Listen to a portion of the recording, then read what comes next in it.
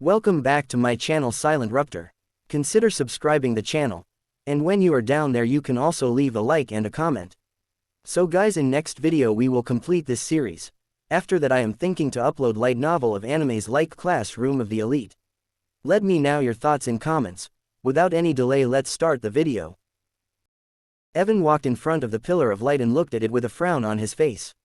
How'd I enter? He muttered to himself as he looked at the shaking pillar. He tried to touch the golden part of the pillar to see if he could enter, but the moment his hand came into contact with it, a repelling force pushed him back.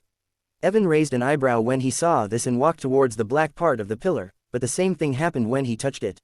What's going on here? Evan was confused when he wasn't able to enter the pillar of light and looked at it carefully.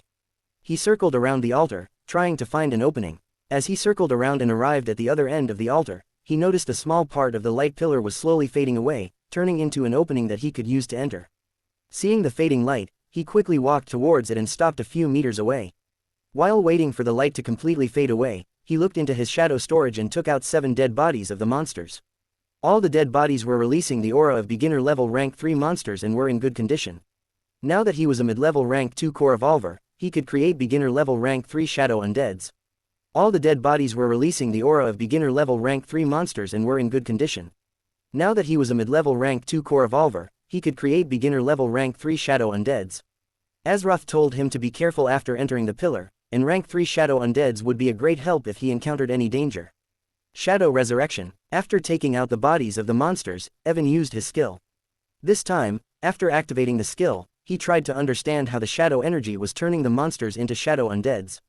After seeing the way Azeroth used the shadow energy, Evan realized just how sloppy his way of using the shadow energy was.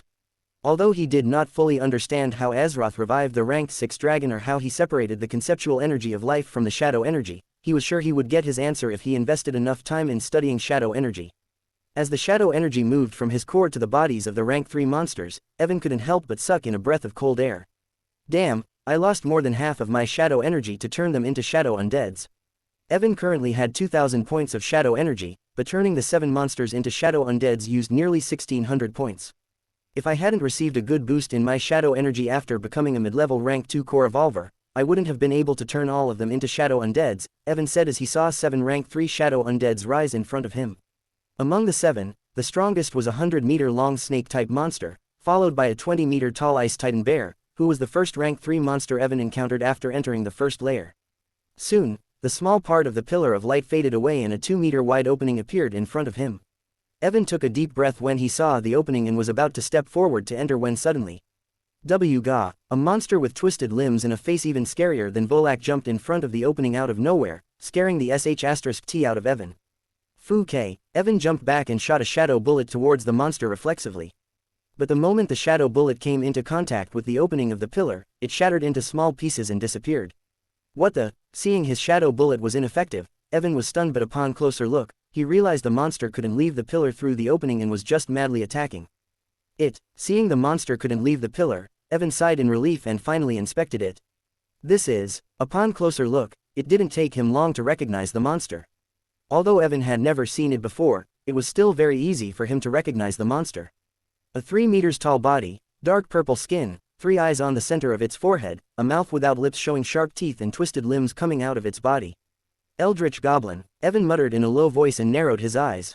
Because of the information he received when he created Gobu and it turned into an Eldritch Goblin, he knew that there were Eldritch Goblins inside the tomb of the Ancient, but he had not encountered them until now. To think these goblins are actually inside the Pillar of Light, Evan muttered in a low voice and took a deep breath.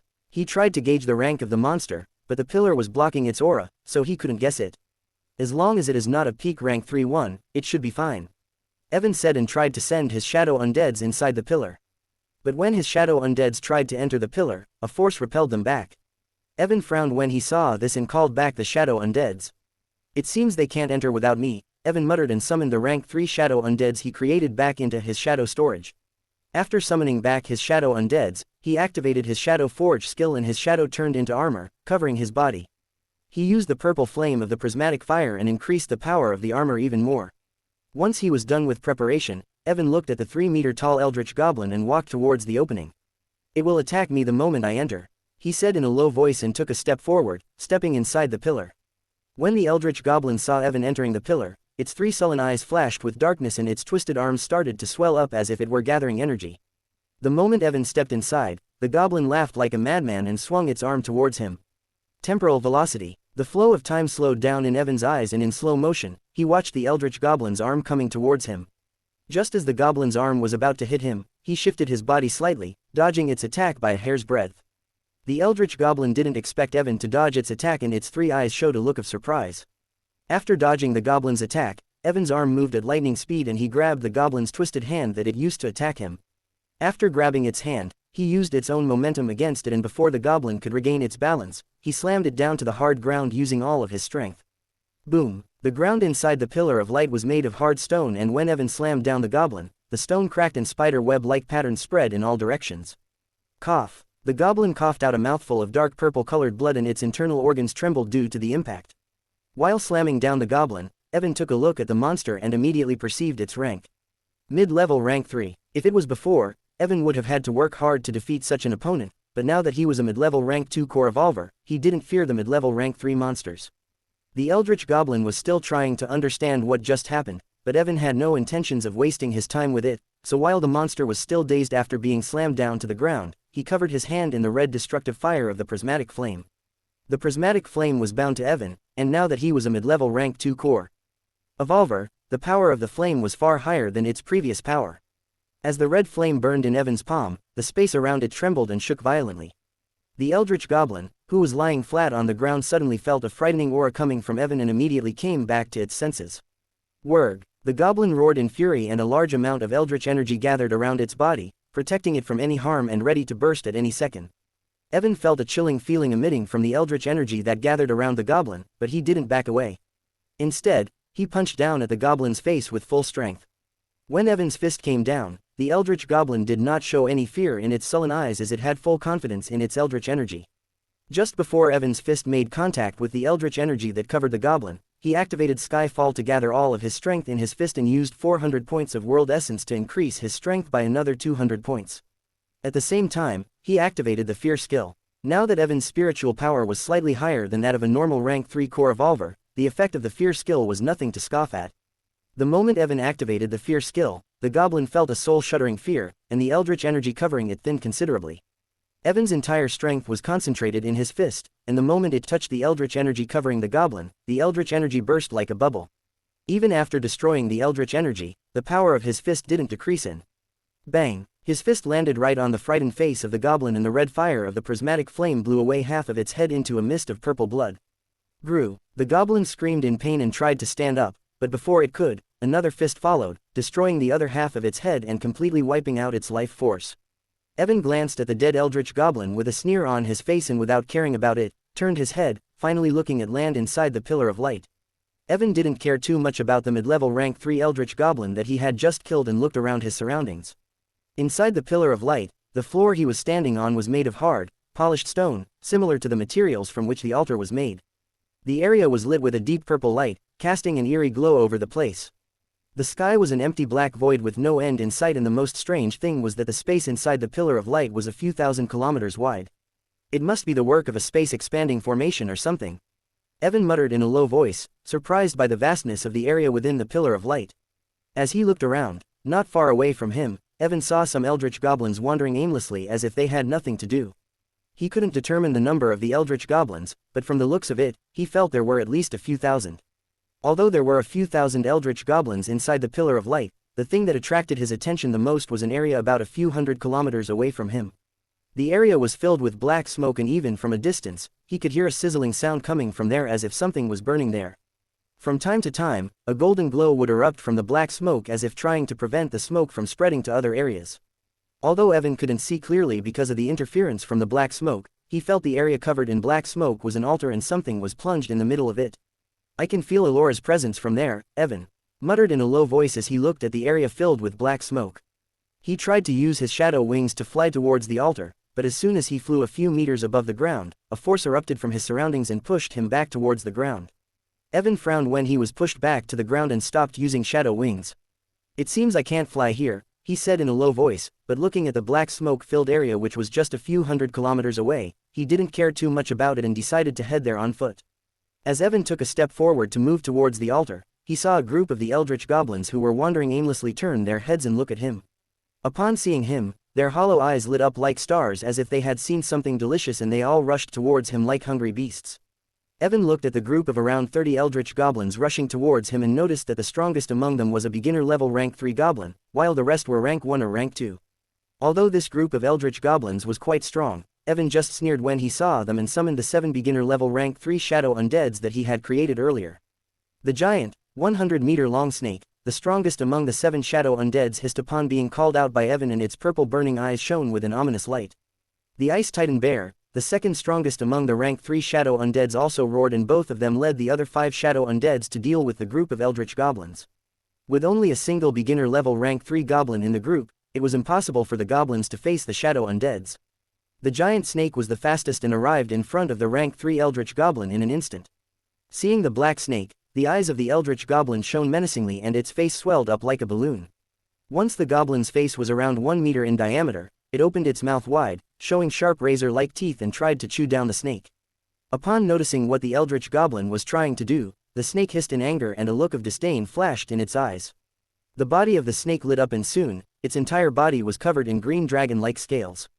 The eldritch goblin bit down on the green scales of the snake, but when the sharp teeth of the goblin, which were infused with eldritch energy, came into contact with the scales, other than cracking them a bit, they were not able to do any significant damage. The eldritch goblin was stunned when it saw its attack was completely useless and wanted to attack once again, but before it could hiss, the snake hissed with a venomous look on its face and spat out a green flame onto the eldritch goblin's body. The eldritch goblin was still biting on the scales of the snake and was very close, so when the snake spat out the green flame, it wasn't able to dodge it. The eldritch energy around the goblin tried to stop the green flame, but to the goblin's horror, the green flame completely ignored the eldritch energy and engulfed its body. A painful scream escaped the eldritch goblin's mouth, and it started to roll on the ground to extinguish the green flame. Surprisingly, even though the goblin was rolling on the ground in pain, there wasn't even a single burn on its body and its purple skin looked completely fine. When Evan saw what was happening with the beginner-level rank 3 goblin, he shook his head. The flame of this guy is truly strange. This flame doesn't do any physical damage but directly targets the soul of the victim, he said in a deep voice, and felt it was a pity that he couldn't use this flame. If this flame had originated from a skill or authority of the snake, he could have used the second effect of growth link to take that skill or authority. Unfortunately, this flame was an innate ability of the snake, so Evan couldn't take it. After being struck by the green flame that directly burned its soul, the beginner-level rank 3 goblin wasn't able to do anything and was soon killed by the shadow undead of the snake.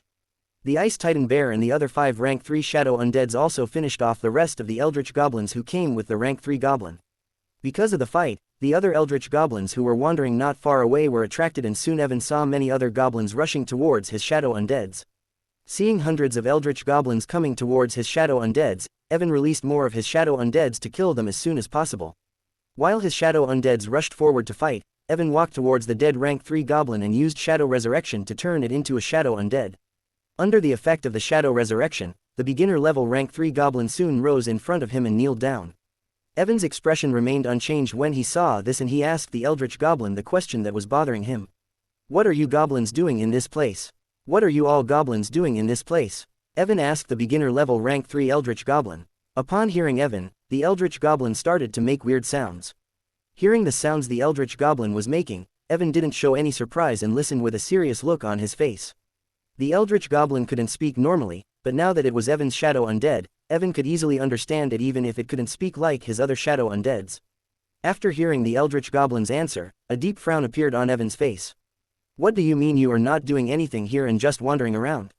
he asked with a strange look on his face when the goblin told him they were just walking in this space for countless years without any goal. This closed space is very small and most of the eldritch goblins who live here have already explored it. After exploring this closed space, we discovered that other than us, no one else lives here, so we don't have anything to do and we all just walk around all day long without any goal in mind, the eldritch goblin replied to Evan's question by making the same weird sounds and continued. "Moreover, our minds also stay in a chaotic state due to the eldritch energy, so even though we have been living here for countless years without doing anything, we don't feel anything as the flow of time is completely useless for us and we don't feel anything even though we have been living here for a long time. What kind of messed up life is this?" Evan narrowed his eyes when he heard the eldritch goblin and asked the question he was most curious about. "How did you enter this space?" Although Evan didn't know how Azeroth created this pillar of light, he knew entering it was not an easy task, freewebnovel.com. Before he arrived at the Pillar of Light, Baphomet and Eldracar also tried to enter it, but even they were not able to, so he was really curious about how these goblins successfully entered the Pillar of Light. When the Eldritch Goblin heard Evan's question, it shook its head and said in a confused voice, "I don't remember how I came here. I just have vague memories that before turning into an Eldritch Goblin, I was a normal goblin. I don't know what happened, but if my guess is correct, most of my memories disappeared after I became an Eldritch Goblin in the past." Evan raised an eyebrow when he heard his shadow undead. A normal goblin? Huh. He opened his status window and looked at the information that he had received about the Eldritch Goblins when he created Gobu. Origin of Eldritch Goblins.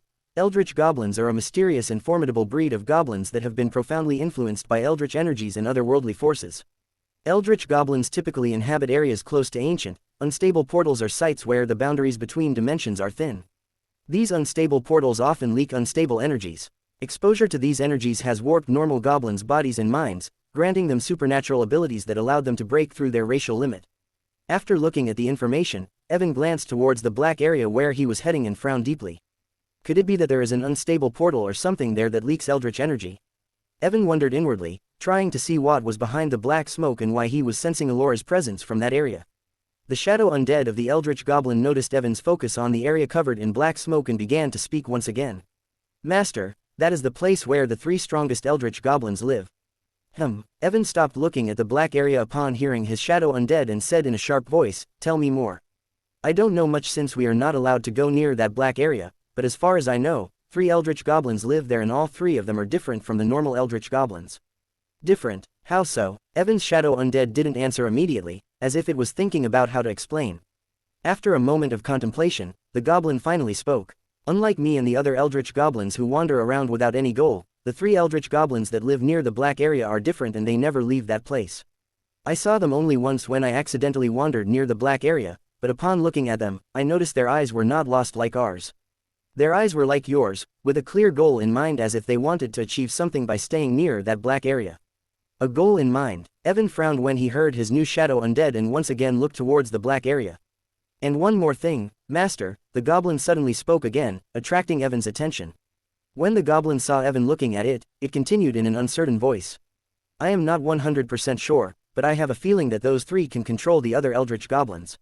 When I wandered near the black area, one of them saw me and when it ordered me to leave, I couldn't resist its command even for a second. It was as if my body moved against my will, and I left that area without any resistance." Evan fell deep into thought upon hearing this and asked after a while, "What is the rank of these 3 goblins?" He didn't really care whether these 3 Eldritch Goblins had the ability to control other goblins or not, as he had his own shadow undeads. If they tried to fight against him with numbers, he would just release all of his shadow undeads. Hearing Evan's question, the shadow undead of the goblin answered after thinking for a second. "Among those 3, one is a beginner level rank 3, one is mid-level, and the last one is a peak level rank 3. After answering, when the goblin saw Evan's strange expression, it quickly explained. "Master, these 3 goblins are not normal. Even though not all of them are at the peak of rank 3, even the beginner level one is not normal. When I saw it for the first time, I felt that even 5 of me wouldn't be able to defeat it." Upon hearing the goblin, Evan's expression turned serious and he realized that if what his shadow undead said was true, then it wouldn't be easy for him to deal with these goblins. After thinking for a while, Evan took a deep breath and looked back towards the black area. "Since these 3 are different from other goblins, then maybe I will be able to get some good information from them," he said inwardly, and after pondering for a while, his eyes turned sharp. He thought about a few things that he could use in case of danger, and once he was certain about everything, he started to move towards the area filled with the black smoke. While Evan moved towards the black area filled with smoke, his shadow undeads took care of the Eldritch Goblins that tried to block his path. One after another, the groups of Eldritch Goblins that rushed toward Evan fell under the attacks of his shadow undeads. There were thousands of rank 1 and rank 2 goblins and a few rank 3 ones. As his shadow undeads killed them, Evan didn't use his shadow resurrection skill to turn the Eldritch Goblins into shadow undeads. He created 8 beginner level rank 3 shadow undeads earlier and in the process, used up most of his shadow energy, and it was still recovering. Although he still had a few hundred points of shadow energy left, he wanted to save it in case something unexpected happened later on. Evan avoided the battle between his shadow undeads and the Eldritch Goblins and soon reached his destination. Standing a few hundred meters away from the area filled with black smoke, Evan looked at it with narrowed eyes. From the black smoke, flashes of golden light were occurring from time to time, preventing the smoke from spreading into other areas. Where are the 3 strongest eldritch goblins that my shadow undead talked about? Evan muttered in a low voice as he tried to look for the 3 goblins using his spiritual sense. But upon using his spiritual senses, he found a force was preventing his spiritual senses from spreading outwards and he could only search within an area of 100 meters around him. Evan frowned when he wasn't able to use the full power of his spiritual senses and channeled his world essence throughout his body to see if his world essence was flowing smoothly. Luckily, when he channeled the world essence, he found there was no problem with it, and it was only his spiritual senses that were being suppressed. Although I am not 100% sure, it seems the reason I can't use my spiritual senses properly is because of this black smoke-filled area. Evan said in a low voice and stopped using his spiritual senses. He walked to the side of the area filled with black smoke and tried to see if the 3 strongest eldritch goblins were on the other end, but even on the other end of the smoke-filled area, there was no one. Upon not finding the 3 goblins he was looking for, Evan used his shadow senses to contact the rank 3 eldritch goblin he created earlier and asked it where to look for those goblins. But when the shadow undead of the goblin, who was fighting against the group of eldritch goblins along with other shadow undeads heard Evan's question, it was baffled and hurriedly said that the 3 goblins always stayed somewhere near the black smoke-filled area. If they always stay around this area, then where are they now? Evan stopped using the shadow senses and walked around the black smoke-filled area. But even after looking for the goblins for 10 minutes, he wasn't able to find them. Just when Evan was wondering where he should look for them, he felt some energy ripples coming from the black smoke, and after a few seconds, 3 eldritch goblins walked out of it. The 3 eldritch goblins who emerged from the smoke-filled area were different from the other eldritch goblins. Unlike the goblins he had seen previously, these eldritch goblins were 2 meters tall with bulging muscles all over their bodies and had deep yellow eyes. Their hands and feet were not disfigured or twisted like those of other eldritch goblins, and all 3 of them were wearing clothes made from the skin of other goblins. Moreover, the aura each goblin was releasing was far stronger than that of normal monsters. Although their ranks were just as his shadow undead had mentioned, 1 beginner level, 1 mid-level, and 1 at the peak of rank 3, the pressure Evan felt from these 3 monsters was far stronger than the aura that other beings of the same level could release. Although these 3 eldritch goblins looked more normal than the others and were exerting great pressure on him, what caught Evan's attention the most when they emerged from the black smoke was the blood on their bodies. He did not know what these 3 goblins had been doing inside, but all 3 of them were covered in deep purple-colored blood. Are there other monsters inside the black smoke? Evan thought, feeling slightly anxious as Allora was also inside the black smoke. When the 3 eldritch goblins emerged from the black smoke, they immediately noticed the ongoing fight between Evan's shadow undeads and the other eldritch goblins. The peak rank 3 goblin turned its head in the direction where Evan was standing and looked at him with an indifferent expression. So you are finally here, the peak rank 3 goblin said in a cold voice, looking at Evan. Evan narrowed his eyes when he heard the goblin and scrutinized it carefully. Does it know me? He muttered inwardly, trying to grasp the situation. After hearing what the peak rank 3 goblin just said, he was certain that this goblin was waiting for him. The beginner level and mid-level rank 3 eldritch goblin were also staring at Evan and their expressions were just as cold as that of the peak rank 3 goblin. If you want to move forward, you will have to defeat us first, the peak rank 3 eldritch goblin said and tapped one of its feet on the ground. The moment the goblin tapped its foot, a red light flashed and a giant barrier formed, enclosing the 3 of them along with Evan, preventing anyone from outside from entering. Evan looked at the barrier that trapped him with the goblins and a forbidding feeling began to rise within his heart. He turned back to the 3 goblins and asked in a cold voice. Why do you want to stop me, and what are you all doing in this closed place? The 3 eldritch goblins did not reply to Evan. Instead, the peak rank 3 goblin tapped its foot on the ground again. As soon as it did, a giant rune that covered the entire ground within the red barrier appeared beneath Evan's feet. When Evan saw the giant rune, his expression changed and 2 words immediately came to his mind. Primordial rune. The moment the rune appeared, Evan felt a binding force invading his body and 2 notifications flashed before his eyes. You can't summon your shadow undeads anymore. All of your authorities have been sealed. You can't summon your shadow undeads anymore. All of your authorities have been sealed. Evan looked at the 2 notifications that flashed in front of his eyes with a baffled expression and felt a force invading his body, preventing him from activating his authorities. He channeled his primordial shadow energy to destroy the force that invaded his body, but even the primordial shadow energy was useless against it. Fu-K, just what the hell was that bastard thinking when he created this place? Evan couldn't help but curse Azeroth in his mind. Although he didn't have all of his memories, he was sure that the rune that sealed his authorities and was preventing him from summoning his shadow undeads was a primordial rune. And he was 100% certain that Azeroth was the one who engraved this rune here. Damn it, I thought it wouldn't be difficult for me to defeat them with the help of my shadow undeads and the authorities, but now. Evan grumbled inwardly as he looked at the 3 eldritch goblins who were standing in front of him, ready to fight at any time. He glanced at the red barrier that trapped him and thought about backing away for the time being, using the Shadow Walk skill to make another plan to take down these goblins. But just as he was thinking about leaving using the Shadow Walk skill, he heard the booming voice of the peak rank 3 goblin. "If you want to leave, I can send you out of here, but once you leave, you won't be able to come back here again."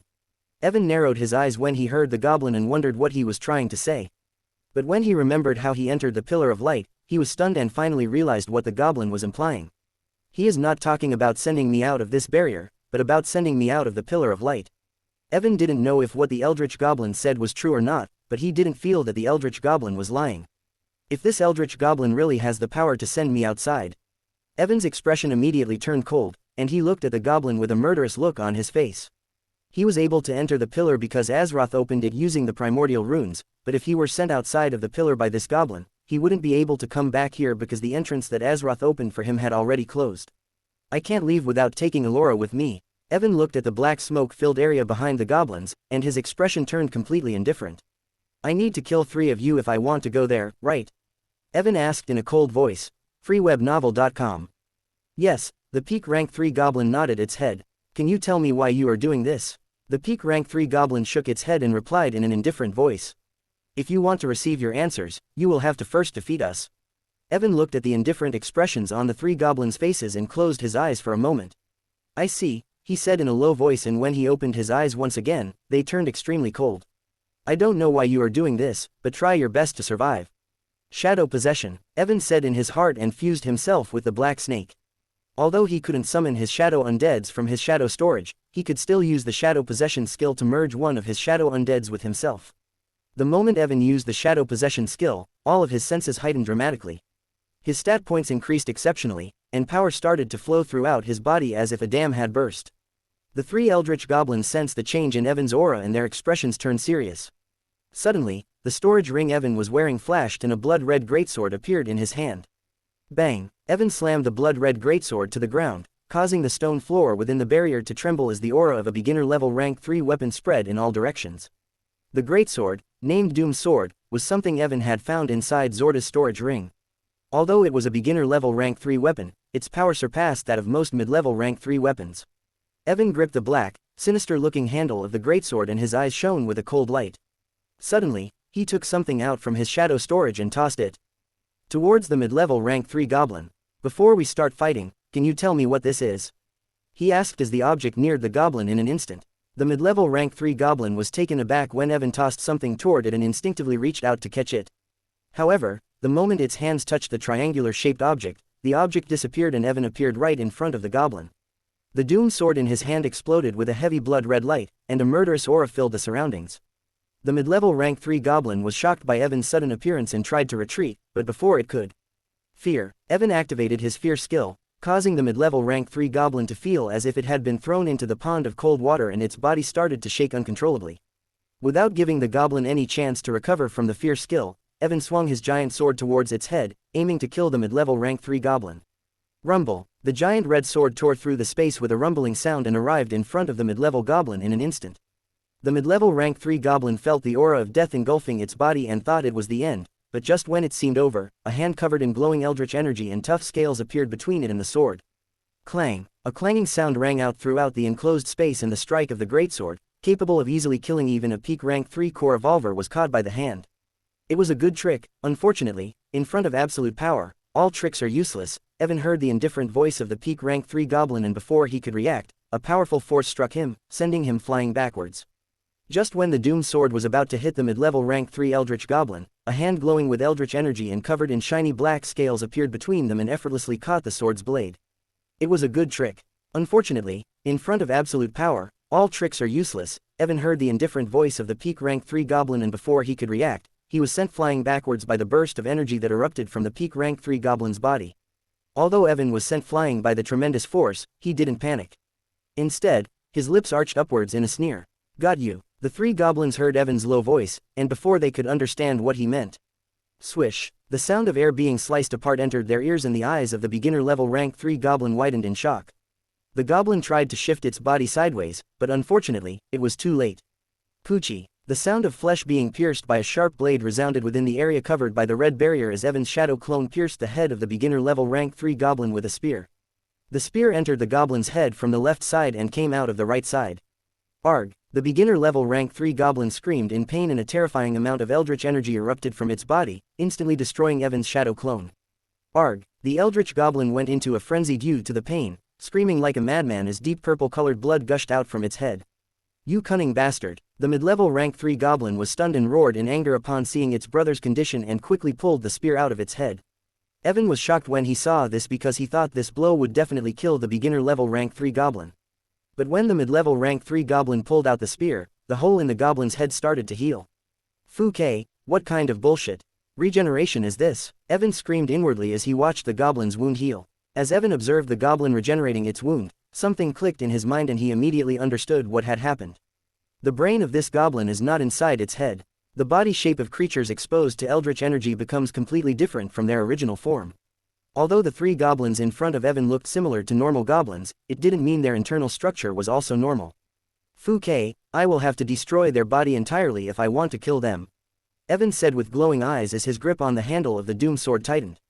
Suddenly, he felt an extreme sense of danger and instantly disappeared from the spot using the Nether Stride skill of the Boots of Voidgazer. Nether Stride. Upon activation, this skill allows the user to teleport short distances within a 1 kilometer area around them. There is no limit on the usage of this skill, and it can be activated using the world essence or the conceptual energy of the user. The moment Evan disappeared using the Nether Stride skill of the Boots of Voidgazer. Boom! The place he had been standing a moment ago exploded, and the peak rank 3 goblin appeared there. The peak rank 3 goblin frowned when it realized it had missed its target and looked at the edge of the red barrier, only to see Evan standing there. Evan had just appeared at the edge of the barrier using the Nether Stride skill when he once again felt a dangerous sensation and saw the mid-level rank 3 goblin nearing him at rapid speed. Seeing the mid-level rank 3 goblin coming towards him, Evan sneered as the purple flame of the prismatic fire engulfed the doomed sword. Currently, Evan was using the Shadow Possession skill, and most of his stat points were over 3,500. Although he didn't know the stat points of these 3 goblins, he didn't feel like he would lose against a mid-level rank 3 eldritch goblin if he used all of his skills and the other things. After covering the doomed sword in the purple fire of the prismatic flame, Evan didn't wait for the mid-level goblin to reach him and he also shot towards it. As Evan moved towards the goblin, blood lightning started to cover his body, and his speed increased to an astonishing level. He turned into a streak of red lightning and instantly arrived in front of the mid-level goblin. The doomed sword in his hand glowed with the deep purple light of the prismatic fire, and red lightning sparks crackled around it as he swung it towards the incoming goblin. The mid-level rank 3 goblin felt a lethal threat from the doomed sword and its muscles bulged as it met the sword head-on. The glowing doomed sword and the goblin's hand collided in an instant in the next second. Boom! A massive explosion rocked the entire area as a powerful shockwave erupted outwards in all directions, shaking the red barrier that covered them. Arg! Amid the chaos, a painful roar rang out and the mid-level rank 3 goblin, whose right arm had turned into blood mist, was sent flying away like a broken kite and its body smashed against the red barrier. Evan also slid backwards around 100 meters due to the impact, and the taste of blood filled his mouth as a streak of blood flowed from the corner of his mouth. Evan's internal organs were badly shaken, but he knew it was the best opportunity for him and he didn't want to miss it, so he ignored the pain and took a step forward. The peak rank 3 goblin thought Evan wanted to deal with the mid-level goblin since it was badly injured, so the peak rank 3 goblin instantly arrived near it when it saw Evan taking a step forward. But to its shock, it soon realized Evan's target was not the mid-level rank 3 goblin. After taking the step forward, Evan used the Nether Stride skill and instantly appeared behind the beginner level rank 3 goblin, who was still healing its head. The moment Evan appeared behind it, a sense of doom engulfed the goblin's body, and it wanted to move away. But before the goblin could move away, Evan used the Shadow Forge skill and his hand turned into a sharp-looking black claw. Without giving the goblin any chance, Evan pierced its back using his sharp claw, and the moment his hand entered the goblin's body, he used the second effect of the Growth Link skill to take Adam's gravity manipulation skill and increased the gravity inside the goblin's body to its limit, destroying its body from the inside in an instant. Arg! The beginner level rank 3 goblin roared in pain and tried to shake off Evan, but Evan didn't budge and the hand that he used to pierce the goblin's body glowed with blood lightning. A ball of blood lightning formed inside the goblin's body and the next second, freewebnovel.com. Boom! Evan detonated the blood lightning ball, making a giant hole in the front part of the goblin's body. The space in front of him shook, and before he could react, an earth-crushing blow landed right in his stomach, sending him flying backwards as if he had been hit by a truck. Boom! With a loud booming sound, Evan's body crashed against the barrier and he dropped to the ground while coughing out blood with his internal organs mixed in it. Inside the void space of the tomb, the moment Azeroth threw Baphomet and Eldrakkar inside the void rift that the void dragon had created, the effect of his temporal pause authority ended and both of them were able to move once again. The moment both of them regained control over their bodies, arg, two painful roars echoed inside the void space as both of them looked at their right arms, which had been severed by Azeroth before he threw them inside the void space. Fu K, just what kind of skill did he use? Baphomet roared in anger as he felt a biting pain from the depths of his soul. Normally, he wouldn't even bat an eye if someone severed his arm, as this kind of injury wasn't something hard to deal with. But currently, he didn't know why, but he was feeling as if millions of ants were crawling deep inside his body, chewing his flesh, bone, and soul. The pain he was feeling was completely different from any kind of pain he had felt before. That sick bastard, his attack not only severed our arms but also destroyed a part of our souls. Eldrakkar, who was feeling the same as Baphomet, suddenly spoke in a grim voice and gritted his teeth. Soul attack. Baphomet's eyes widened when he heard Eldrakkar and he quickly inspected his soul. When Baphomet inspected his soul, he realized the form of his soul was distorted and was missing its right arm. Fu K, Baphomet cursed loudly when he saw the condition of his soul and his expression turned grim. He tried to regenerate his severed arm, but the moment he tried to regenerate his arm, a black energy flashed around his wound, and the regeneration of his wound stopped. Eldrakkar was facing the same problem and he wasn't able to regenerate his arm as well. Damn, we first need to eliminate the residual aura of that bastard. Only after erasing his aura will we be able to regenerate our arms, Baphomet said with a dark look on his face as he used his demonic energy to eliminate Azeroth's aura from his wound.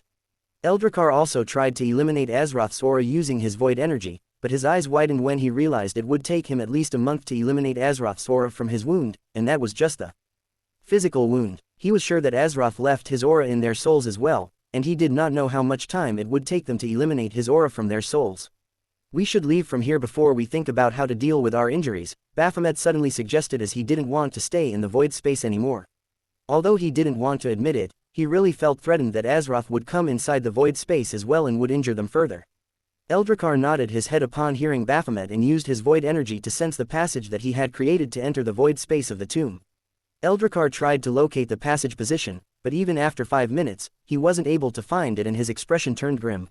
How is this possible? He muttered with a shocked look on his face, not believing that he couldn't sense the location of the passage. Even if the portal of the tomb collapsed, the passage should have remained safe for a few hours as I left behind enough void energy to sustain it, but this. Eldrakkar started to feel anxious because if the passage that led back to Utopia really collapsed, then it would be very difficult for them to return to Utopia. They were currently in the void space of a different dimension, and without a proper passage that led outside, they couldn't go back to Utopia. The source of this void space is the Tomb of the Ancient, but since the tomb is already collapsing, I don't think this void space will last long and soon it will turn into nothingness. Eldrakkar thought as beads of cold sweat appeared on his forehead. I don't think we'll be able to survive if this place turns into nothingness. Earlier, he was a little surprised that Azeroth allowed them to escape into the void space despite the fact that he could have easily stopped them. At that time, he thought Azeroth had made a mistake, but now he realized the reason Azeroth didn't stop them was because he knew they wouldn't be able to leave the void space. Baphomet noticed Eldrakkar's unusual expression and it didn't take him long to understand that something was wrong. Oi, don't tell me we are stuck here, Baphomet said with a grim look on his face. Hearing Baphomet, Eldrakkar took a deep breath and explained the situation. Upon hearing that Eldrakkar couldn't find the passage that led to Utopia, Baphomet's face darkened, and his hatred toward Evan reached an entirely different level. freewebnovel.com.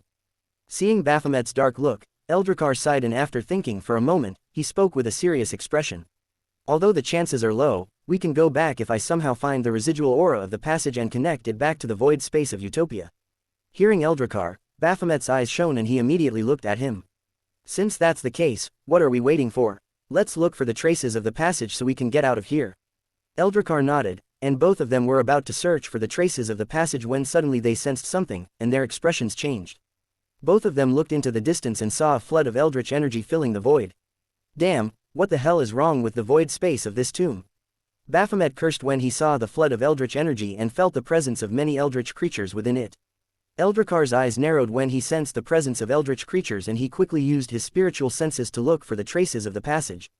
I will look for the traces of the passage. You stop those monsters, he said to Baphomet and disappeared from sight. Baphomet wanted to say something, but he realized fighting against monsters was more interesting than looking for the residual aura of the passage, so he did not say anything and looked in the direction of eldritch energy with cold eyes. These monsters came at the right time. I really needed someone to vent out my anger, Baphomet said in a low voice and dashed towards the flood of eldritch energy. Hellgate Fortress is located on the northern borders of the Gehenna Empire. This fortress was specifically created to defend the Empire against attacks from the monsters of the Boundless Ocean. The number of marine monsters that live in the Boundless Ocean is astonishing, so it was crucial to create this fortress in case the monsters from the Boundless Ocean suddenly launched an attack. At this moment, in one of the rooms of the Hellgate Fortress, a black-skinned demon was sleeping cozily on a fluffy bed. The name of the black-skinned demon was Ipos, and he was the commander of the Hellgate Fortress. He. In his sleep, Ipos was laughing like an idiot as if he was having a good dream. Ring ring. Suddenly, loud sirens started to ring out throughout the Hellgate Fortress, startling Ipos, who immediately woke up from his deep sleep. Fouquet, that succubus was about to take me to the pinnacle of life, but these sirens.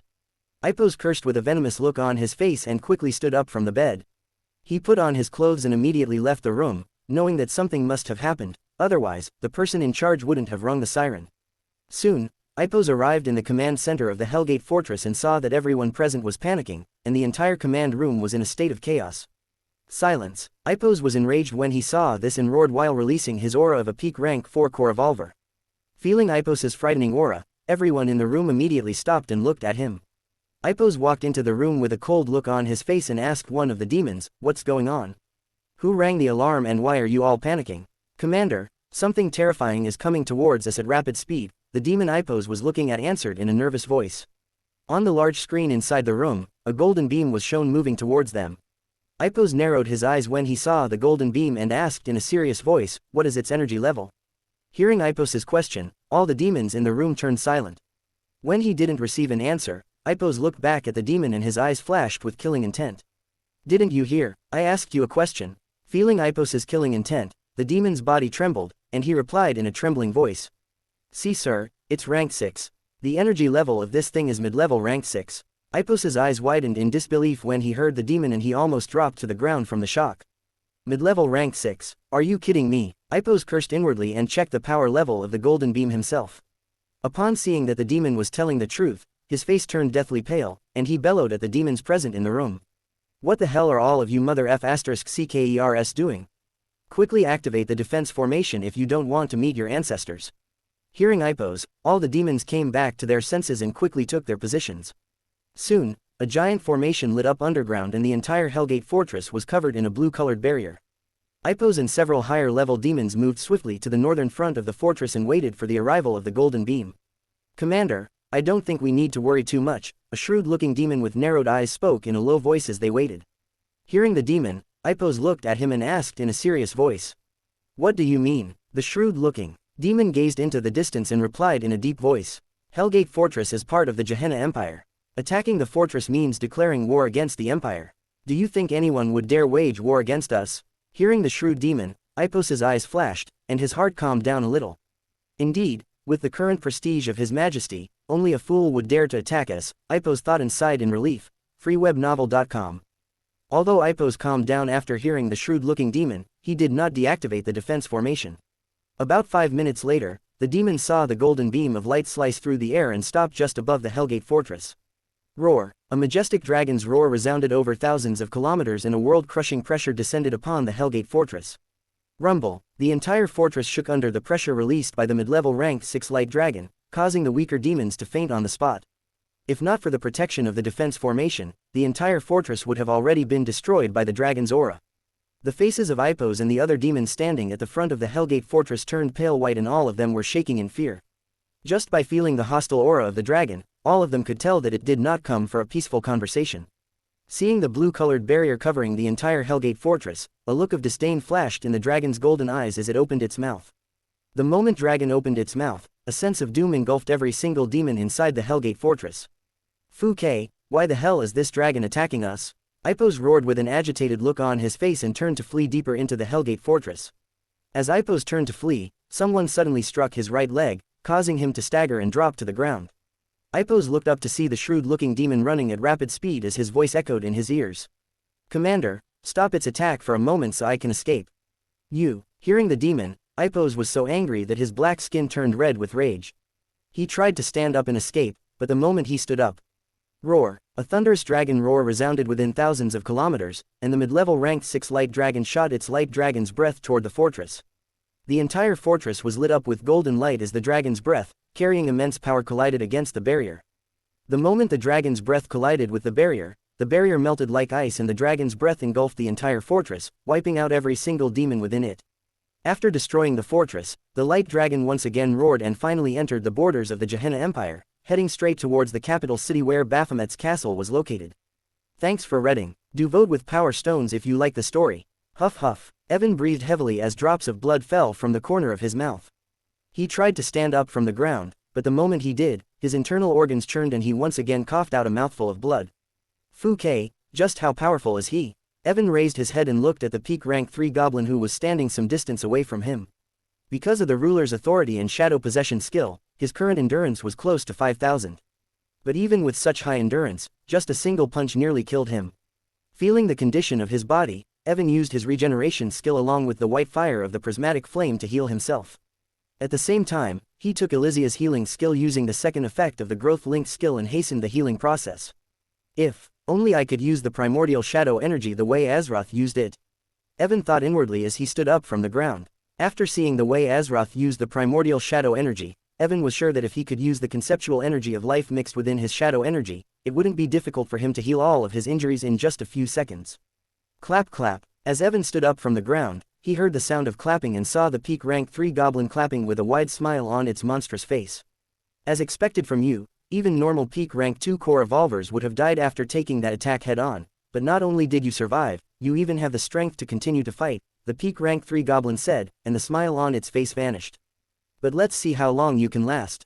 As the goblin finished speaking, it took a step forward and once again appeared in front of Evan like a ghost. But this time, Evan was prepared for the goblin. He was using temporal velocity to its full power, and the moment he saw the goblin take a step forward, he used the nether stride skill of the boots of Voidgazer and disappeared from the place he was standing. He appeared a few hundred meters away from his previous position and at the same time, used the primordial shadow energy to activate the ice chain skill. A pitch-black chain made of ice came out of his hand and moved towards the doom sword that was lying on the ground some distance away from him.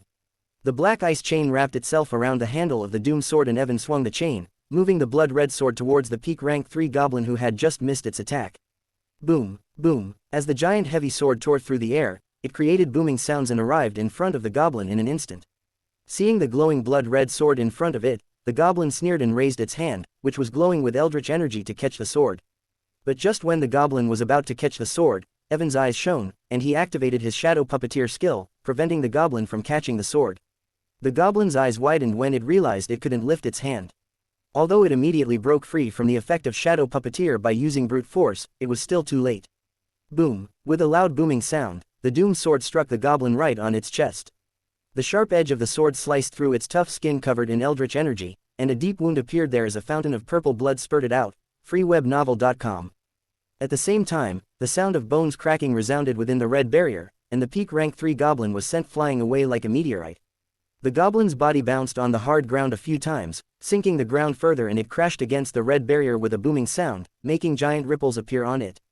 The goblin breathed heavily and lay flat on the ground as a puddle of purple blood formed beneath it. Evan had no intention of giving the goblin any chance to recover, so immediately after sending it flying, he wrapped the end of the ice chain around his hand and pulled it upwards, sending the doom sword soaring 100 meters into the sky. Once the sword was high above, Evan's cold eyes gleamed as he yanked the doom sword downward, aiming to crush the goblin. Boom, boom, boom. The doom sword made continuous booming sounds as it tore through the air and descended toward the goblin lying on the ground. As the sword descended, the glowing red aura around it intensified and blood lightning crackled around it. Seeing the giant sword coming toward it with unstoppable momentum, the goblin's yellow eyes widened in horror, and it roared like a beast. Boom! A large amount of eldritch energy burst outward from its body and 2 giant hands made of deep purple energy rose toward the sky, attempting to stop the sword. The glowing blood-red sword and the 2 hands made of eldritch energy clashed in an instant in the next second. Boom! A rocking explosion shook the entire area enclosed within the red barrier, and the very fabric of space started to shake as small spatial cracks appeared all over.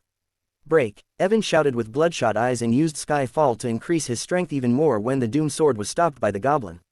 Evan was already seriously injured, so when he used Sky Fall, his condition worsened even more and cracks started to appear on his body.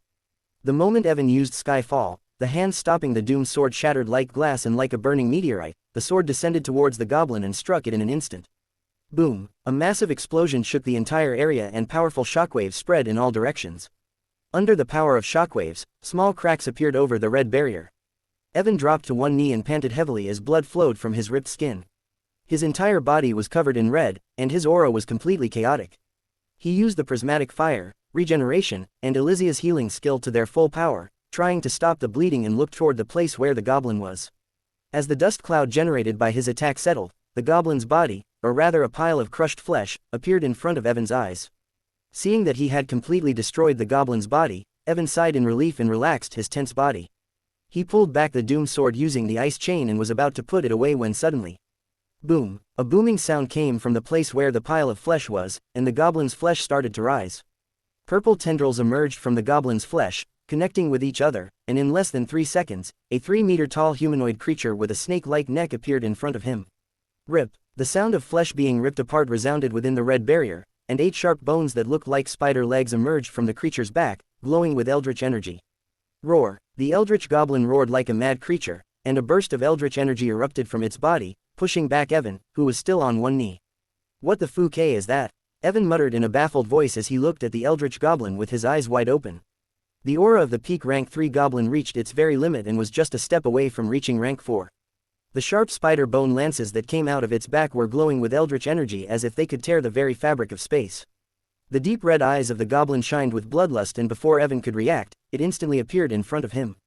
Although Evan was supporting his body on one of his knees, he was ready for the goblin, so the moment it came near him, he swung his doomed sword. But to Evan's shock, his doomed sword passed through the goblin and the goblin in front of him disappeared. An afterimage, Evan immediately understood what happened and pushed his sword behind his back.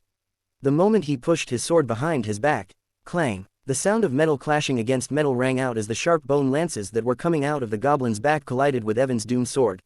Evan wasn't in the best position when his sword stopped the bone lances, so while his sword blocked the attack, he staggered and lost his balance. The goblin didn't miss this opportunity, and one of the sharp bone lances coming out of its back pierced Evan's left shoulder. Fuck! Evan immediately used the nether stride skill to escape from there and appeared some distance away from the goblin. Black blood was oozing out of his shoulder wound, indicating that he was poisoned. A sharp current ran through his left arm, making it numb and very hard to use effectively. If it wasn't for his passive skill, mid-level poison resistance, he was sure that his left arm would have become completely useless. Evan wanted to solve the problem of the poison as soon as possible, but the goblin didn't give him any chance. Suddenly, the goblin's body split into 4 and all of them attacked him at the same time, surrounding him from all 4 directions, cutting off his escape route. Evan wanted to use the nether stride skill to escape once again, but now that the goblin knew about his teleportation skill, how could it allow him to escape? The goblin's powerful aura burst outward and pressed down on the space around Evan, effectively locking it. Evan activated the nether stride skill to escape but found the space around him was as solid as a metal wall and he couldn't pass through the space fabric. The 4 goblins surrounded him, so when his skill failed, he didn't get a chance to do anything. All 4 goblins used their bone lances and shot them toward Evan. In a hurry, Evan used the doomed sword to block one of the goblins, but the moment the goblin touched his sword, it vanished into thin air. Similarly, the 2 more goblins, who were at his back and left side vanished, leaving the goblin who was at his right side. Illusion. A thought immediately came to his mind, but he realized it too late. Poochie. The sound of flesh being pierced by a sharp object rang out, and the 8 bone lances that were coming out of the goblin's back pierced Evan's stomach and rib area from the right side and came out of the left side. Cough. Evan immediately coughed out a mouthful of black blood, and the poison from the lances started to corrode his blood and internal organs. His blood vessels and veins turned pitch black, and his aura began to drop at a rapid pace. Roar. Sensing Evan's rapidly declining aura, the goblin roared like an enraged beast and smashed Evan's body to the ground, breaking all of his bones. After smashing Evan to the ground, the goblin lifted its leg and stomped down on his chest, breaking all of his ribs. Evan's aura plummeted to the very bottom due to the poison and the goblin's relentless attack. The goblin's eyes were bloodshot as if it had lost its sanity, and it wanted to continue attacking Evan. But suddenly, Evan's body flashed with purple light and his aura recovered to its peak condition. Before the goblin could understand what had happened, a golden fist tore through the space and landed right on its face, sending it flying high into the sky. Although the fist was powerful, it wasn't able to break the goblin's defense, and the goblin soon regained its balance midair, hovering high above. Evan, who had just recovered using the death transfer skill, looked at the goblin with a frown on his face. Although he had recovered from his injuries, his situation was still dire. The effect of shadow possession will end in 40 seconds, he thought inwardly, staring at the goblin, who was looking down at him from the sky. Even with my current strength, it's hard to hold against this guy, but once the effect of shadow possession ends, it will be impossible for me to do anything against it. Evan's mind raced at a rapid speed and he thought about a solution. After thinking about everything, a long sigh escaped from his mouth. I didn't want to use this skill since I wanted to look for Allora right after defeating these goblins, but it seems there is no other way, Evan said in a low voice and his eyes turned extremely cold. He gripped the doom sword in his hand tightly and a deep blood-red glow started to emanate from it. Blood sacrifice, he said in a cold voice and activated the second skill of the doom sword. The moment Evan activated the skill, the blood aura around the doom sword intensified, and sharp spikes emerged from its handle, piercing Evan's palm that was holding the sword. The doom sword began to absorb Evan's blood, and as it did, the red glow surrounding the sword intensified even more. The red glow coming from the doom sword sank into Evan's body and his aura started to increase at a rapid speed. I will finish this in a single attack, Evan thought inwardly in the next second. Boom! The ground beneath his feet exploded into bits and he instantly appeared high in the sky where the eldritch goblin was. As Evan activated the blood sacrifice skill, a burst of power erupted from his body and he felt his stat points increased significantly. The second skill of the doom sword, blood sacrifice, boosts the user's stat points by 20% and increases the attack power of the sword by 200%. The effect of this skill lasts for 1 minute and once the effect ends, the user will enter a weakened state for 2 hours. When Evan activated the skill, his stat points received a significant boost, and the attack power of the Doom Sword reached its highest possible level. Blood Radiance, the first skill of the Doom Sword, was still active, so combined with the Blood Sacrifice skill, the attack power of the Doom Sword increased by 300%. Additionally, Evan was using the Purple Flame and Blood Lightning to further enhance its power, making the current attack power of the Doom Sword truly terrifying. Boom! After activating the skill, Evan didn't wait for the goblin to come down from the sky. He pressed his feet to the ground and with a booming sound, shot towards it. The goblin was hovering about 100 meters above him, but using his high stat points, Evan arrived in front of it instantly. As he arrived in front of the goblin and lifted his sword. Rumble! The atmosphere inside the red barrier started to shake due to the pressure that the magenta-colored sword was releasing. Even the peak rank 3 goblin, who was facing the sword, felt a sense of impending doom and its blood-red eyes widened in horror. Feeling the looming death, the eldritch goblin once again used its skill, causing its body to split into 4. Unfortunately for it, after seeing the goblin use this skill earlier, Evan was fully prepared for this trick. The moment the goblin's body split into 4, Evan's eyes started to spin like swirling voids as he activated the Eyes of Abyss. Under the effect of Eyes of Abyss, the 3 fake goblins immediately disappeared, leaving only the real goblin hovering to his right side. While still holding the sword above his head, Evan swung it down in front of him, where one of the fake goblin was standing. At the last second, just before his sword struck the fake goblin, Evan used the Nether Stride skill and shifted his position to the left, where the real goblin was. The goblin, thinking it had successfully fooled Evan, was caught off guard when Evan suddenly appeared in front of it. Seeing the Doom Sword coming towards it, the goblin's blood turned cold and a look of horror flashed across its face. Roar! The goblin roared in fear and used the 8 bone lances protruding from its back to stop the sword. Noticing the goblin wanted to stop his sword, Evan's eyes flashed with bloodlust and just before his sword collided with the bone lances. Gravity Manipulation. He used the Gravity Manipulation skill to its full power, elevating the sword's power to a completely different level. Bang! Bang! Bang! As the magenta-colored Doom Sword passed by, the space exploded into bits revealing black void rifts that looked like the small mouths of beasts. The Doom Sword, buffed by various skills, made contact with the goblin's bone lances and without any resistance. Crack! Crack! Crack! All the bone lances shattered and turned into bone powder. Without losing any power, the sword, flashing with bright light, continued to descend and made contact with the goblin's body.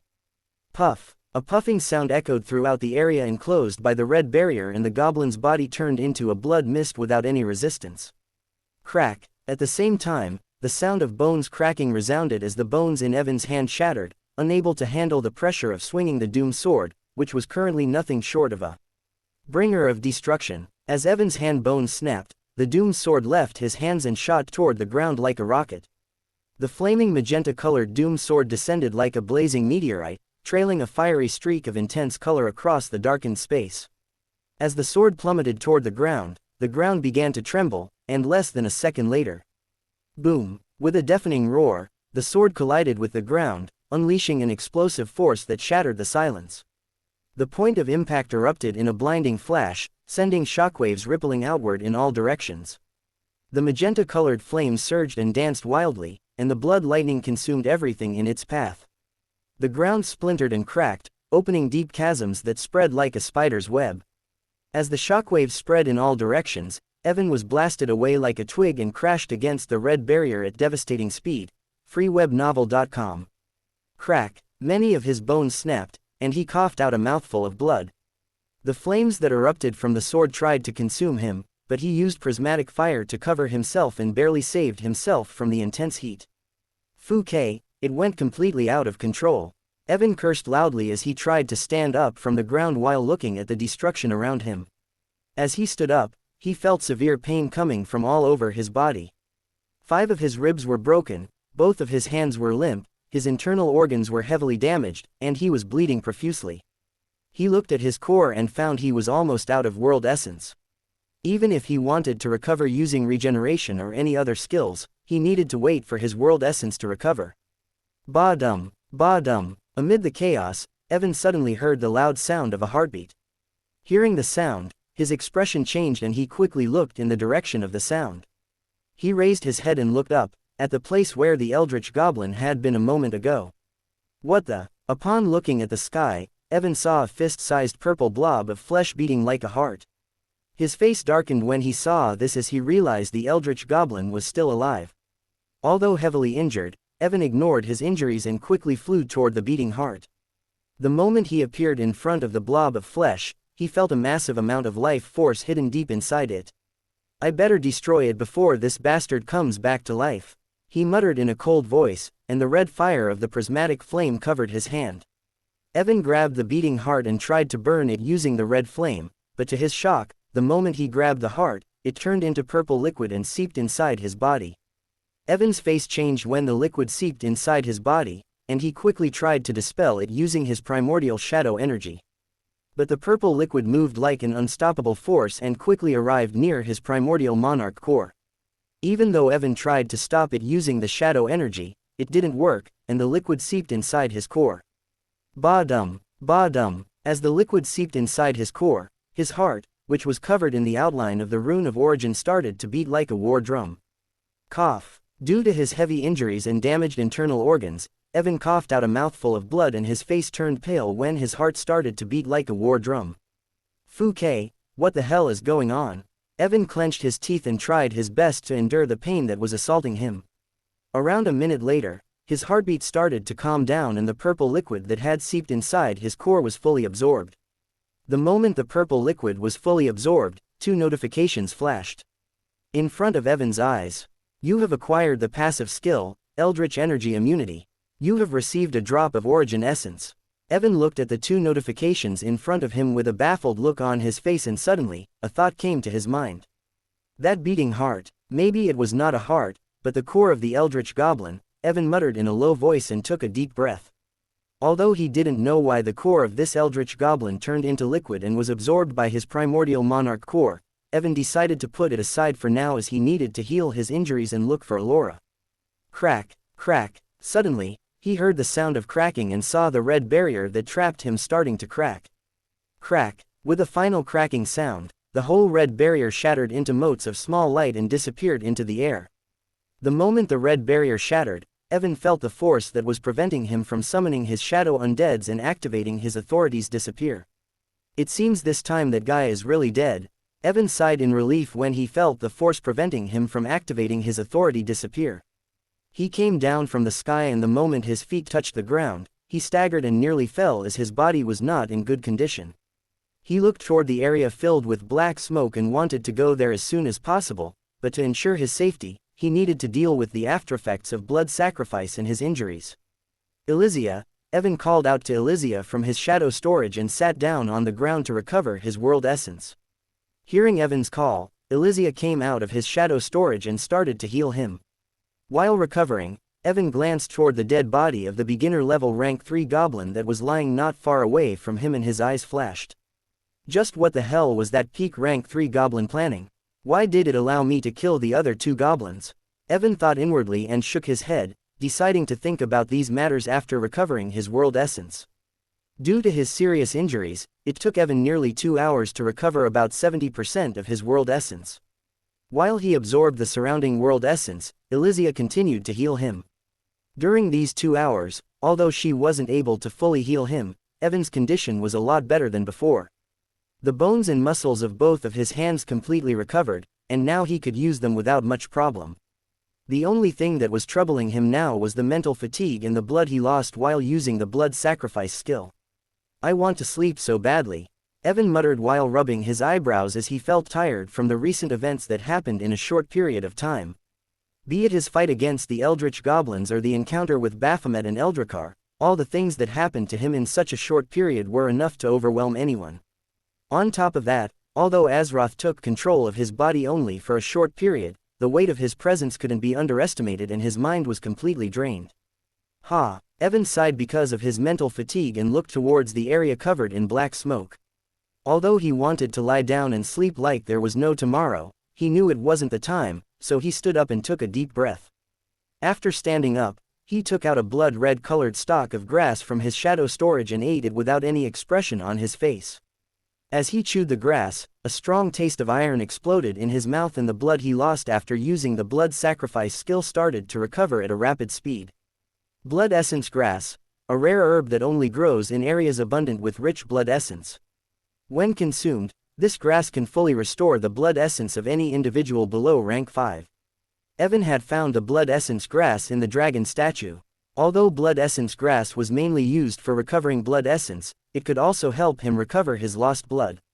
Even though using blood essence grass to recover the lost blood was a waste of a high-level herb, it couldn't be helped because Evan was in a hurry. Under the effect of blood essence grass, Evan's blood recovered quickly, and because of the abundance of blood energy the grass contained, his fatigue also decreased a bit. After absorbing the energy of the blood essence grass, Evan walked towards the doomed sword, which was plunged deep into the ground and pulled it out. The moment Evan pulled out the blood-colored greatsword, a sigh escaped from his mouth, and his face turned sour. Damn, it was such a good weapon. Pity it wasn't able to handle the pressure of so many skills. Evan muttered in a downcast voice as he looked at the blade of the doomed sword, which was filled with numerous cracks and looked as if it would shatter at any moment. Evan had found many weapons in the storage rings of the people he had killed, but Zorda's doomed sword was one of the best among them. No matter whether it was its destructive power or its skills, everything about it was perfect. I will see if I can repair it after leaving the tomb, Evan said to himself and put away the doomed sword.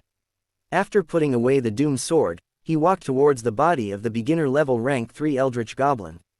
Although he had just destroyed its internal organs and a small part of its front body when he killed it, the current Eldritch Goblin's body was heavily damaged due to the unforeseen destruction caused by the doomed sword in the end. Although it is not in good condition, there shouldn't be any problem in turning it into a shadow undead, Evan said, looking at the body with a pondering expression on his face. Honestly, he wanted to turn the Eldritch Goblin into a shadow undead immediately so that he could ask it a few questions he had, but the problem was his primordial shadow energy.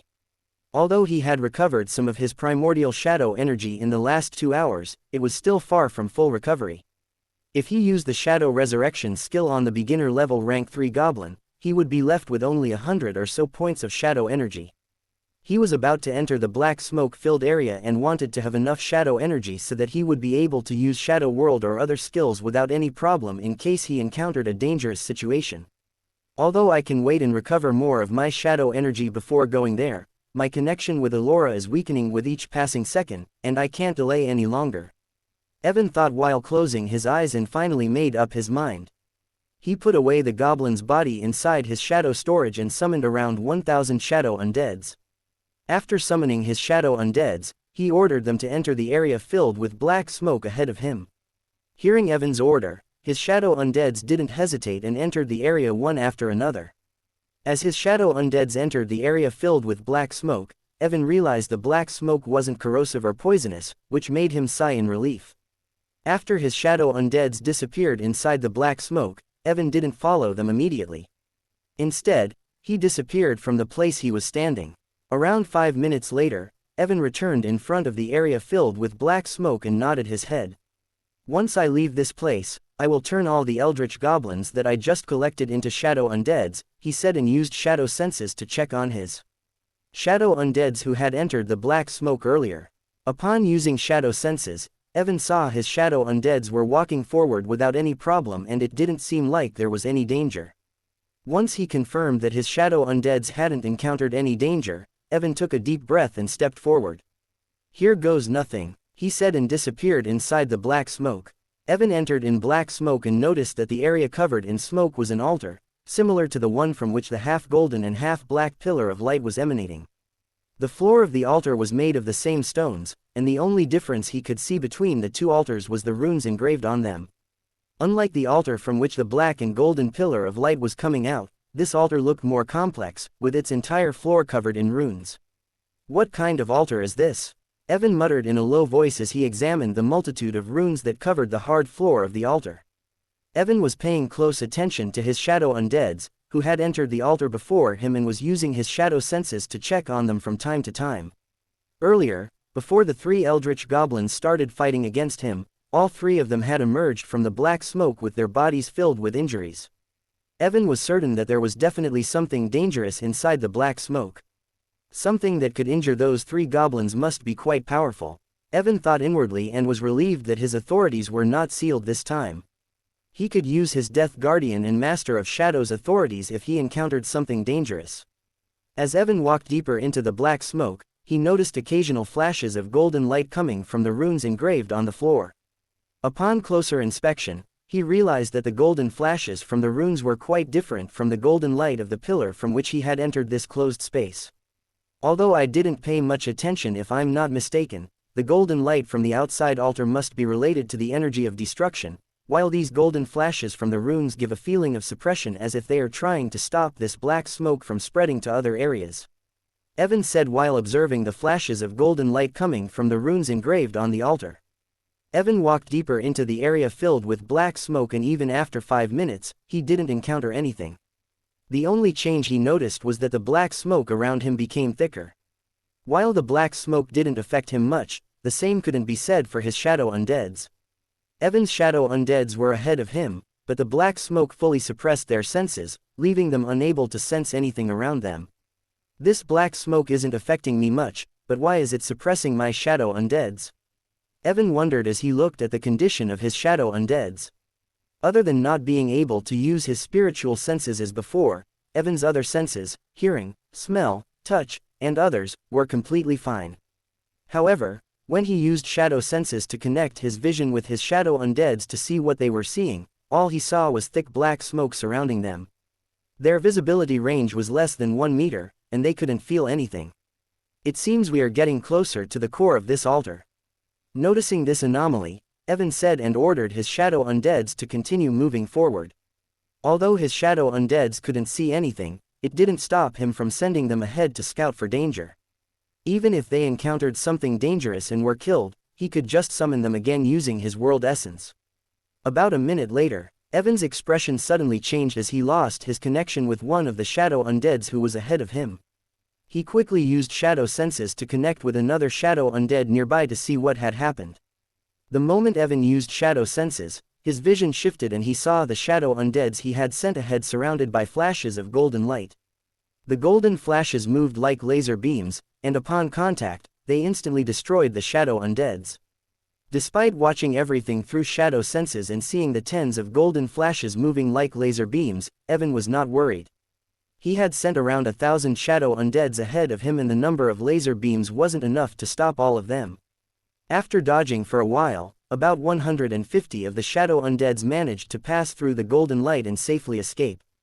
"If I use temporal velocity and the nether stride skill of the boots of Voidgazer, it shouldn't be difficult for me to cross this area," Evan said while looking at his shadow undeads for a while. Soon, he arrived in the area illuminated by the golden flashes moving like laser beams. Evan activated the temporal velocity skill and easily moved forward while dodging the lasers.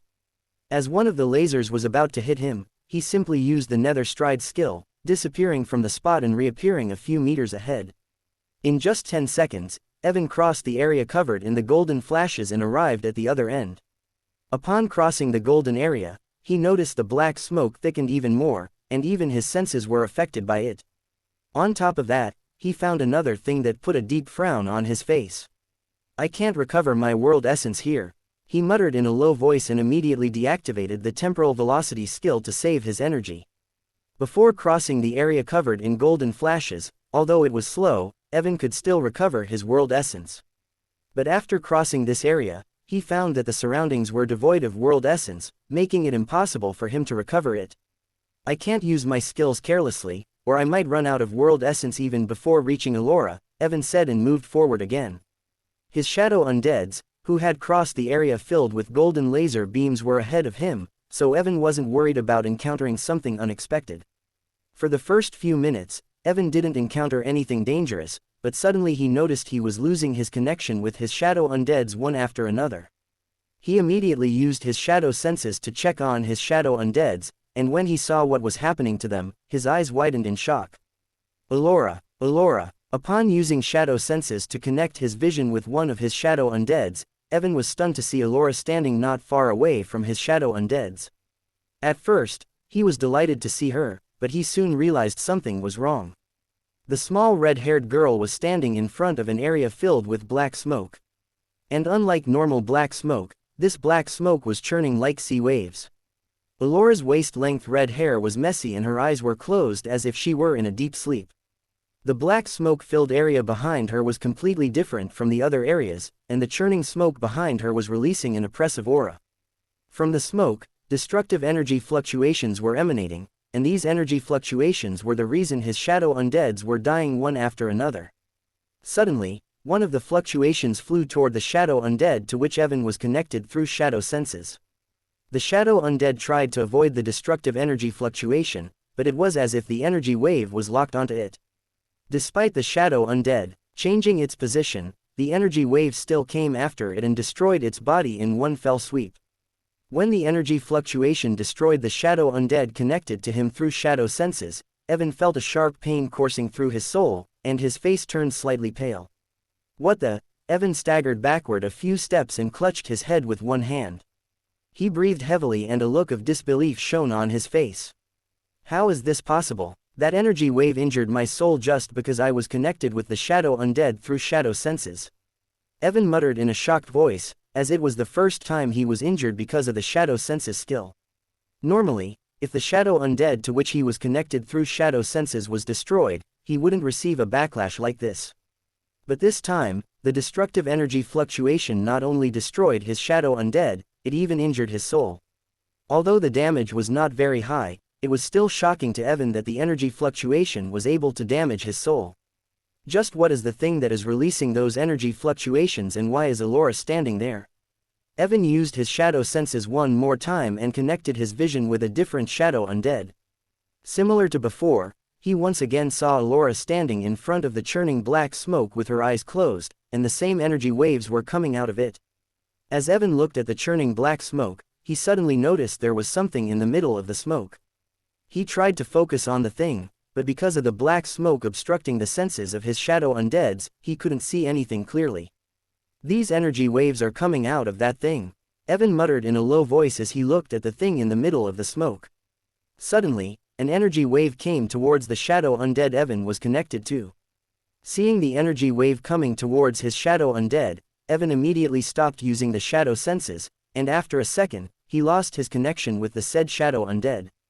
Evan continued to observe the situation through his shadow undeads, hoping to find something useful, but even after 10 minutes of watching, he wasn't able to find anything. "It seems I will have to go there myself if I want to know what is going on," Evan muttered to himself and finally walked forward. At this point, most of the shadow undeads who had reached the place where Allora was were already destroyed, and only 5 shadow undeads were left. Evan could have sent more shadow undeads there, but he didn't because he knew it would be meaningless as they would also be destroyed by the energy waves. Around 3 minutes later, Evan was finally able to see his remaining shadow undeads who were trying their best to avoid the energy fluctuations coming out of the black smoke. He didn't pay much attention to them and looked at Allora, who was standing with her eyes closed. After arriving there, he didn't immediately walk toward the churning smoke. Instead, he took a deep breath, and the next second, Allora, he shouted loudly, blowing away some of the black smoke around him due to the intensity of his shout. When Evan shouted, Allora's body shook a little, but she did not open her eyes. Evan frowned when he saw this and called her out a few more times. Each time he called her name, Allora's body would tremble, but she didn't move from her place nor did she open her eyes. What's wrong with her? Is she in a coma or something? Evan said with a deep frown on his face. He tried to use his spiritual senses to probe her, but unfortunately, his spiritual senses were still not working properly due to the black smoke, preventing him from finding anything. After failing to discover anything with his spiritual senses, Evan thought for a while and walked forward, moving towards Allora.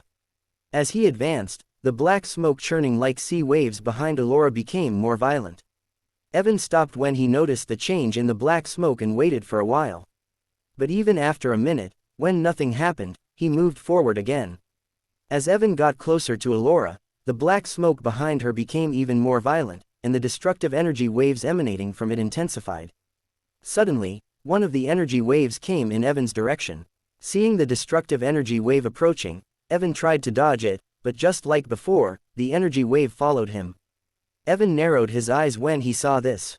He took out a normal sword from his shadow storage and threw it towards the energy wave. The energy wave collided with the sword, and both disappeared simultaneously. Evan sighed in relief when he saw this and took out many normal-looking weapons that he had collected since entering the tomb. As he moved forward, more and more energy waves came towards him, but he neutralized them using the weapons in his hands. About a minute later, Evan safely arrived in front of Allora, and surprisingly, the area within 1 meter around her was not affected by the energy waves coming out of the black smoke.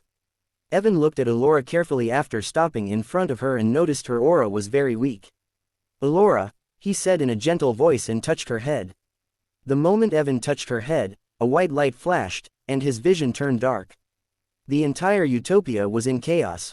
Whether it was the sudden destruction of the Tomb of the Ancient, the appearance of the ranked 6 mid-level dragon or the destruction of the Hellgate fortress and the dragon's successful entry into the Demon Empire, all these events that happened in a short span of time couldn't be ignored by the high-level people of Utopia. Rank 5 vampires sent by Duke Anderson Bloodworth to catch Evan outside of the tomb, and others who were waiting outside the tomb immediately informed their respective factions the moment the tomb collapsed and the dragon left from there. After receiving the news that the portal of the tomb had collapsed and that the people who entered the tomb were forcefully teleported out, all the high-level factions immediately took action. And other representatives received orders to bring back their people who had entered the tomb to their factions before conducting further investigations. After and others brought back the people who had entered the tomb, they asked them what had happened inside. Amber and the others didn't hide anything and told their factions everything that had occurred inside the tomb. People were already stunned by the sudden appearance of a mid-level ranked 6 dragon and the destruction of the tomb, but they were even more shocked by what Amber and the others told them. After hearing that the tomb had collapsed because of some powerful auras that were even more dreadful than the mid-level ranked 6 dragon, everyone felt a chill run down their spines. But the news that shocked them to their core was undoubtedly about Evan. "Are you sure?" asked a tall, young-looking man with deep red eyes, stylish black hair, and pale skin.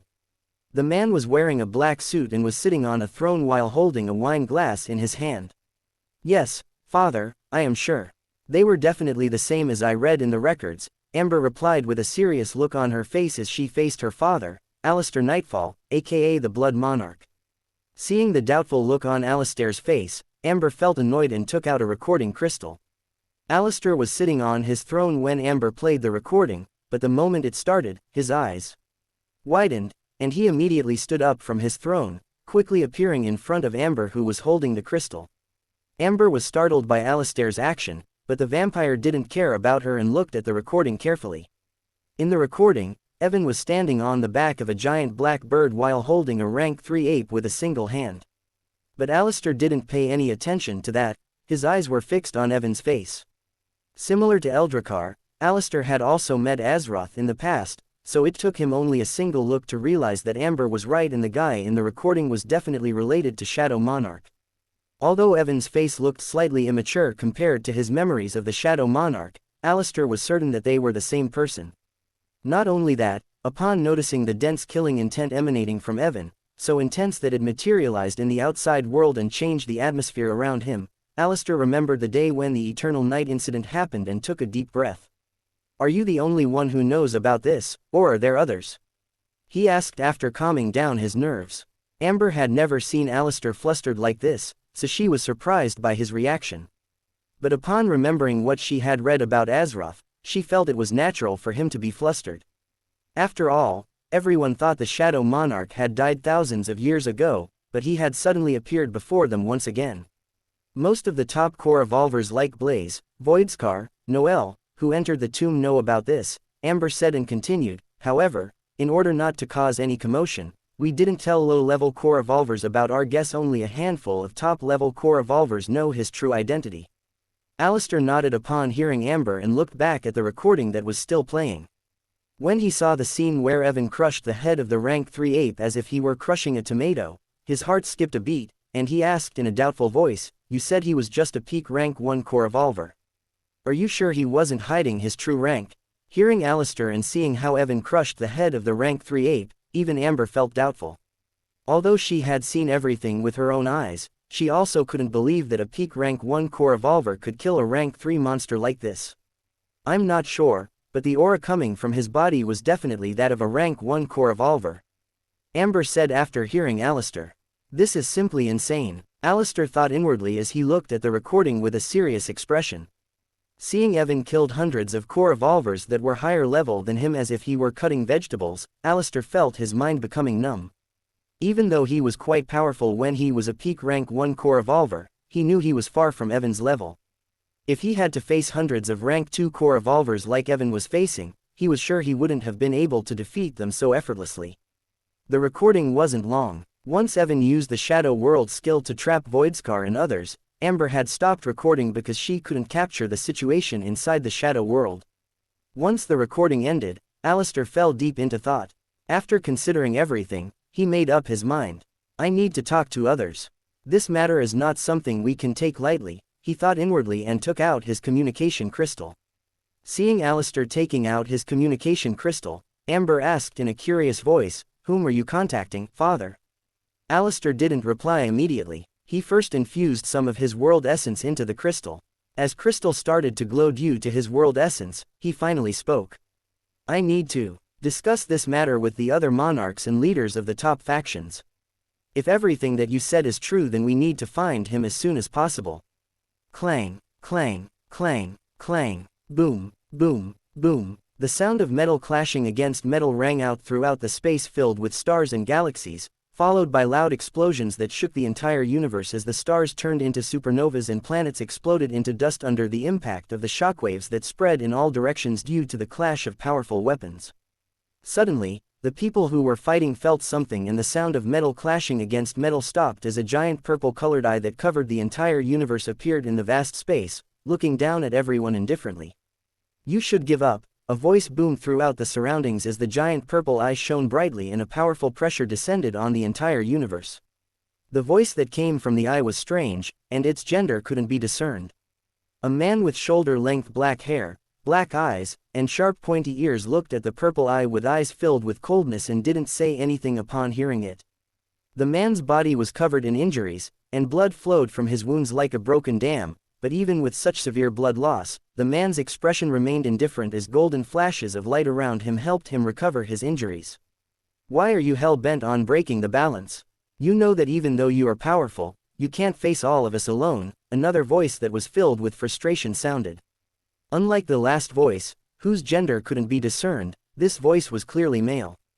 The man with black eyes and sharp pointy ears stopped looking at the giant eye, and his eyes landed in front of him, where 4 figures were standing.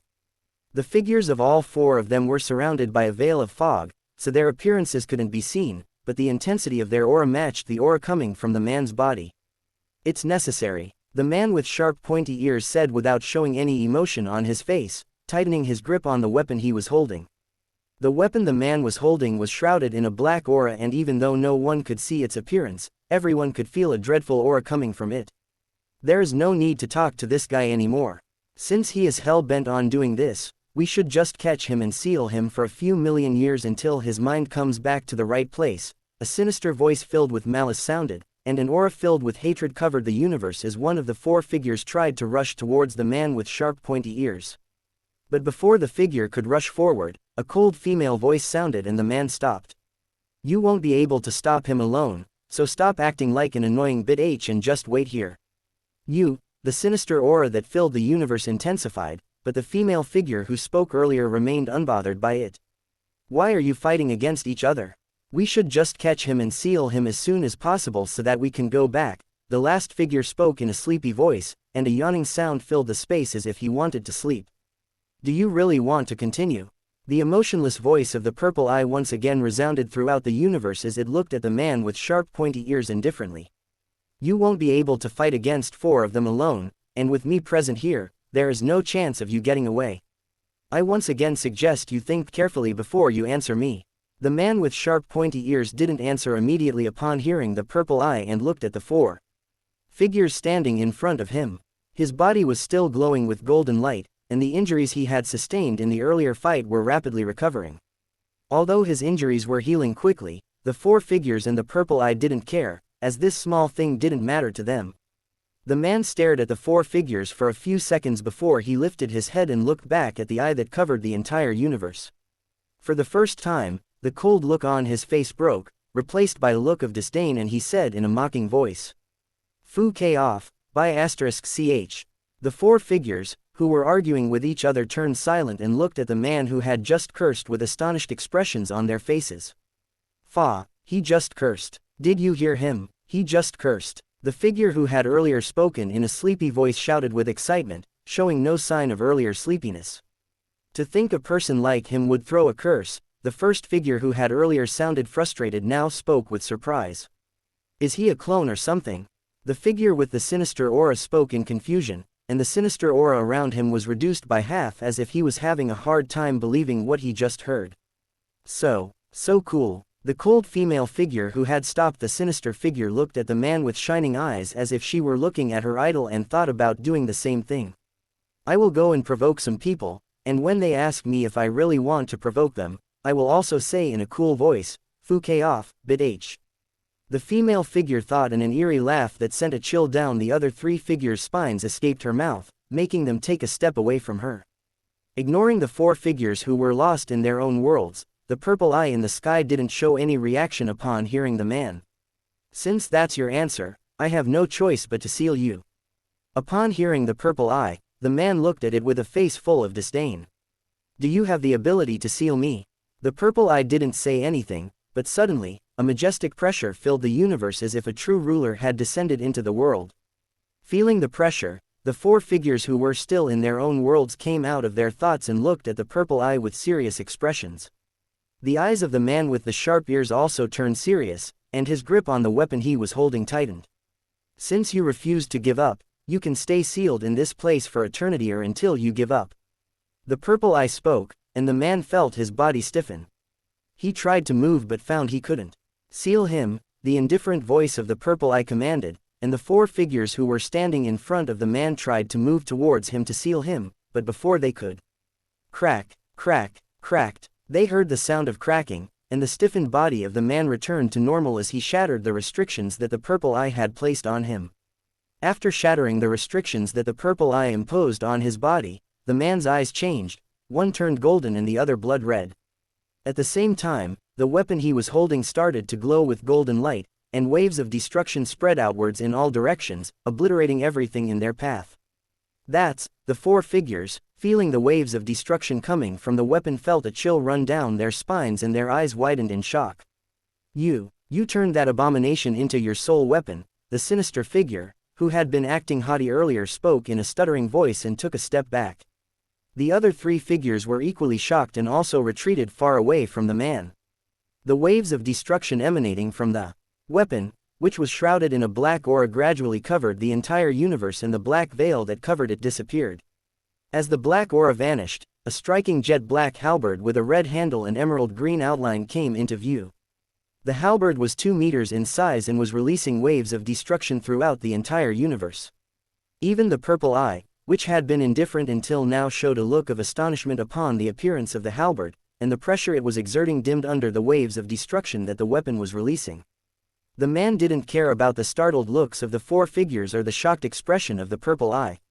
He lifted the halberd and pointed it towards the purple eye that covered the entire universe, his red and golden eyes glowing like lanterns. Without saying anything, the man infused his energy into the halberd and threw it towards the purple eye. As the halberd moved towards the purple eye, its size continued to increase, and in the blink of an eye, the halberd became as large as the eye, covering the entire universe. The jet-black halberd, glowing with the energy of destruction, struck the purple eye, and a loud shriek, filled with pain, rang out throughout the universe.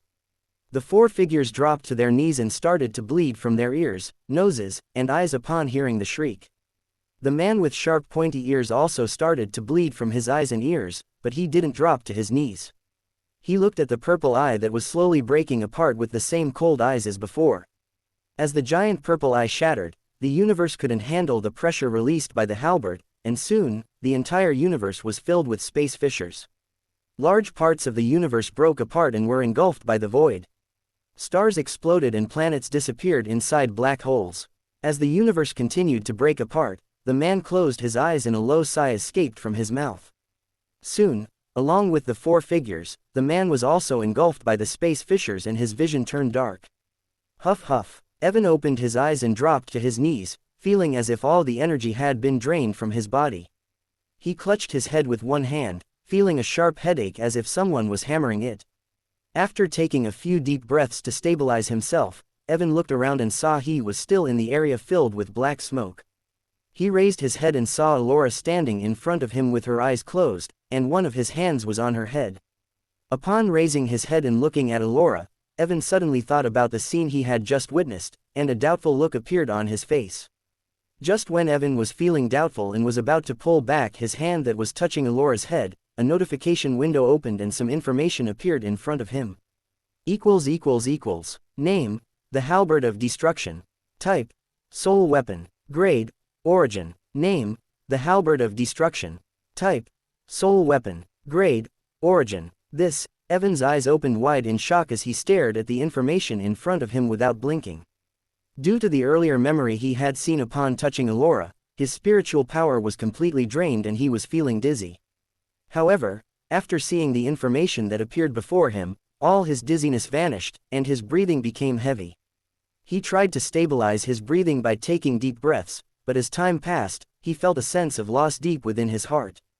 Looking at Allora, who was standing in front of him with her eyes closed, he couldn't believe she wasn't a real living being but the spirit of a weapon. After spending time with her in the tomb of the ancient, he had genuinely started to treat her as someone very close to him, someone he could call family. He had never had anyone close to him whom he could call family, whether it was on Earth or in the Allora world. There had never been anyone. So the revelation that the person he considered family was not actually a living being had a great impact on his mind, and he didn't know what to do. This must be some kind of joke. There is no way she is a weapon spirit and not a real living being, Evan said with a shake of his head and took deep breaths. But the more he looked at the information in front of him, the more he realized he was just trying to deceive himself. Fu K. He suddenly cursed and slammed his hand on the hard altar. Although Evan's strength was very high, his punch didn't affect the altar and it remained undamaged. However, he didn't care about it and punched the altar a few more times, venting his frustration. After a few minutes, he stopped punching the floor and looked at Allora with a complicated expression on his face. As he looked at her, the sense of loss he was feeling intensified even more. It was the first time he felt like this, so he didn't know what to do. So the reason I was feeling a connection with her was because she is a soul weapon, a weapon that is directly connected to my soul, Evan muttered and smiled bitterly. At the same time, he finally understood why Allora was unbothered by most things, like the time water and the eldritch energy. She was not a real living being, but a weapon spirit. A weapon spirit of a weapon that is origin grade, so things like time water and eldritch energy were completely useless against her. He also realized why Allora, who had been in the tomb for thousands of years, still looked like a child. Since she was not a real living being, it was impossible for her to age like normal people.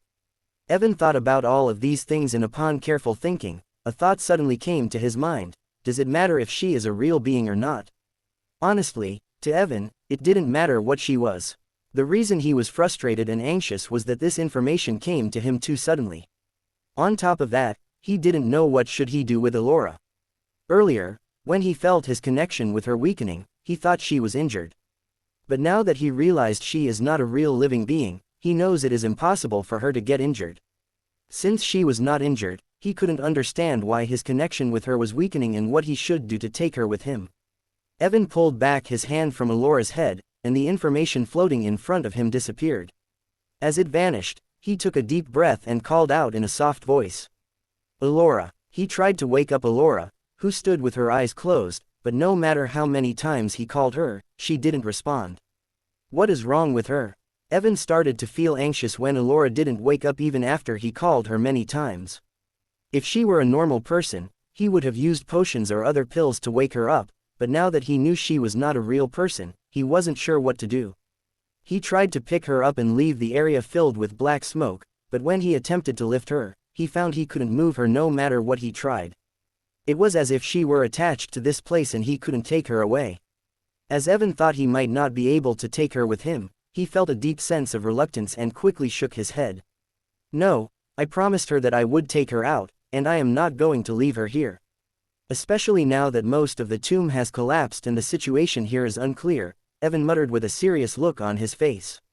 As he spoke and his determination to take Allora out of the tomb grew, he suddenly felt something deep within his soul change. The next second, a notification flashed in front of his eyes.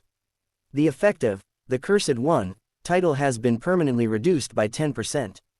This, Evan was stunned when he saw the notification and felt as if some of the chains holding back his soul had shattered, making him feel very light. As soon as the notification flashed before him, Allora, who was standing in front of him, turned into a beam of bright golden light and disappeared into the black smoke behind her, from where waves of destructive energy were emanating. As Allora vanished into the black smoke, the smoke gradually started to dissipate. In just a few seconds, the black smoke completely disappeared and a jet black halberd with a deep red handle and emerald green outline was revealed in front of Evan. The halberd was plunged deep into the altar and surrounded by tens of different kinds of runes. As the halberd appeared before him, a voice suddenly echoed in the surroundings. So my guess was correct, huh? Evan was stunned when he heard the voice and looked around in confusion. Azroth. So my guess was correct, huh? Evan suddenly heard a voice and his expression changed. Azroth, he said in an uncertain voice and looked around him. As he looked around, he suddenly felt something, and Azroth's projection came out of his body, standing beside him. This, Evan was stunned upon seeing Azroth and tried to ask him what was going on, but before he could. I left behind a small part of my energy earlier when my soul strand disappeared. Azroth interrupted him midway and said in a serious voice. It won't last long, so listen carefully. It was the first time Evan had seen Azroth showing such a serious expression, so although he had many questions, he did not ask anything and listened to him carefully. From that cheap soul inside your body, you already know this is a sealing place, right? Cheap soul. Evan was confused when he heard Azroth, but he soon remembered Octavius, who had told him that the tomb was a sealing ground, so he nodded his head. Seeing Evan nod his head, Azroth looked towards the halberd that was plunged in the middle of the altar with tens of runes engraved around it and asked in a serious voice, although you know this place is a sealing place, do you know what is sealed here? Hearing Azroth, Evan thought for a second and after a moment said in an uncertain voice, Eldritch creatures. Azroth nodded and then shook his head hearing Evan. You are not wrong, but not right either. Evan frowned when he heard Azroth and asked in a confused voice, what do you mean? Azroth looked at the place where the halberd was plunged and said with narrowed eyes, the thing that is sealed here is not eldritch creatures, but a passage that leads to the true source of eldritch energy. A passage? Evan raised an eyebrow, seeing Azroth's serious expression and asked in an uncertain voice, what is this true eldritch energy source you spoke of? Azroth shook his head hearing Evan. You don't need to know what the true eldritch energy source is. This is something that you will eventually know when you break the soul seals placed on your soul. The reason I left behind this energy strand is to tell you about the importance of this halberd. The halberd of destruction is the core of this sealing formation, so you should give up on taking it with you. Impossible. Evan immediately shook his head upon hearing Azroth and said in a cold voice, it really doesn't matter to me what this true eldritch energy source is, but I promised Allora to take her with me and I won't give up on that. She is just a weapon spirit. Do you want to destroy this sealing formation just to take her with you? Although I can't tell you everything, I can say that if you destroy this sealing formation, Utopia will be flooded with eldritch creatures. Evan's expression didn't change upon hearing Azeroth, and he said in a clear voice, "She is not just a weapon spirit. She is my daughter, and I won't let her become a tool of some bullshit sealing formation." Evan paused after saying this and continued after a moment, "And it doesn't matter if the formation is shattered and Utopia is flooded by eldritch creatures. The world is already full of shit, so it wouldn't matter if I dump a little more into it." Azeroth looked at Evan, who had clear eyes, and asked after a moment, "Just a moment ago, you were feeling a sense of loss after finding out she is not a real living being but a weapon spirit, but now you are ready to cause chaos in Utopia for her." Evan's expression didn't change upon hearing Azeroth, and he nodded his head. "You are right, I was indeed shocked after finding out she was not a real living being but a weapon spirit. Actually, anyone in my shoes would have been shocked, but if you think about it carefully, does it really matter what she is? She acts like a normal kid, and on top of that, instead of blood like normal children, she is connected with me by soul. So, the fact that she is a weapon spirit instead of a real living being does not make any difference to me, and since I said I would bring her with me, I am going to do it. I will not leave her here alone like you did." Azeroth looked at Evan's determined expression, and his serious demeanor eased a bit. A small, impenetrable smile appeared on his face, and he said softly, "Since you want to take her out, let me help you." Evan was stunned when he heard Azeroth and looked at him with a blank expression. Wasn't this bastard just stopping me from taking her away from here by saying it would cause chaos in Utopia? Azeroth ignored the blank stare Evan was giving him and spoke in a deep voice. "Your connection with the Halbert of Destruction is weakening with each passing second because it has been away from you for thousands of years and hasn't received your soul energy. On top of that, its spirit was damaged by the Void Goblin and the cheap Demon Monarch. Although that kind of damage wouldn't have done anything to its spirit if it was in top condition, but since it didn't receive your soul energy for a long time, the damage caused by those two consumed almost all of its remaining energy, forcing its spirit to fall into a deep slumber." Evan frowned when he heard Azeroth and asked in a confused voice, "So do I need to feed it my soul energy?" Azeroth shook his head and pointed at the halberd. "It already consumed all of your spiritual energy, so you do not need to do that for now." Hearing this, Evan remembered the moment he touched Allora's head earlier. All of his spiritual energy was absorbed by her, but upon remembering it, this fact only made him more confused. Since she already absorbed my spiritual energy, then why is my connection still weakening with her each passing second? It's because the sealing formation is continually absorbing her energy. Evan's face darkened at Azeroth's words, and he looked at the runes around the halberd with narrowed eyes. "So my connection with Allora will be restored if I destroy this formation, right?" Azeroth looked at Evan from the corner of his eye and shook his head. "Let me handle this," he said, and walked in front of the halberd of destruction that was plunged deep within the altar. As he approached the altar, Azeroth suddenly stopped as if he remembered something. He looked back at Evan and said something that deeply shocked him. "By the way, Allora is not a real weapon spirit. She is someone I kidnapped long ago and turned into a weapon spirit." Evan's mind went blank when he heard Azeroth, and he looked at him without saying anything. After a few seconds, he finally came back to his senses and shouted in a voice filled with disbelief. "You did what? By the way, Allora is not a real weapon spirit. She is someone I kidnapped long ago and turned into a weapon spirit." Evan's mind went blank when he heard Azeroth, and he looked at him without saying anything. After a few seconds, he finally came back to his senses and shouted in a voice filled with disbelief. "You did what?" Azeroth was just a strand of energy, so when he was attacked by Evan's banshee-like scream, he staggered backwards. After regaining his balance, he looked at Evan with a raised eyebrow and asked in a cold voice, "Didn't you pay attention earlier when Allora showed you the memory of what happened in the past?" Evan frowned when he heard Azeroth and thought about the memory he saw when he touched Allora's head.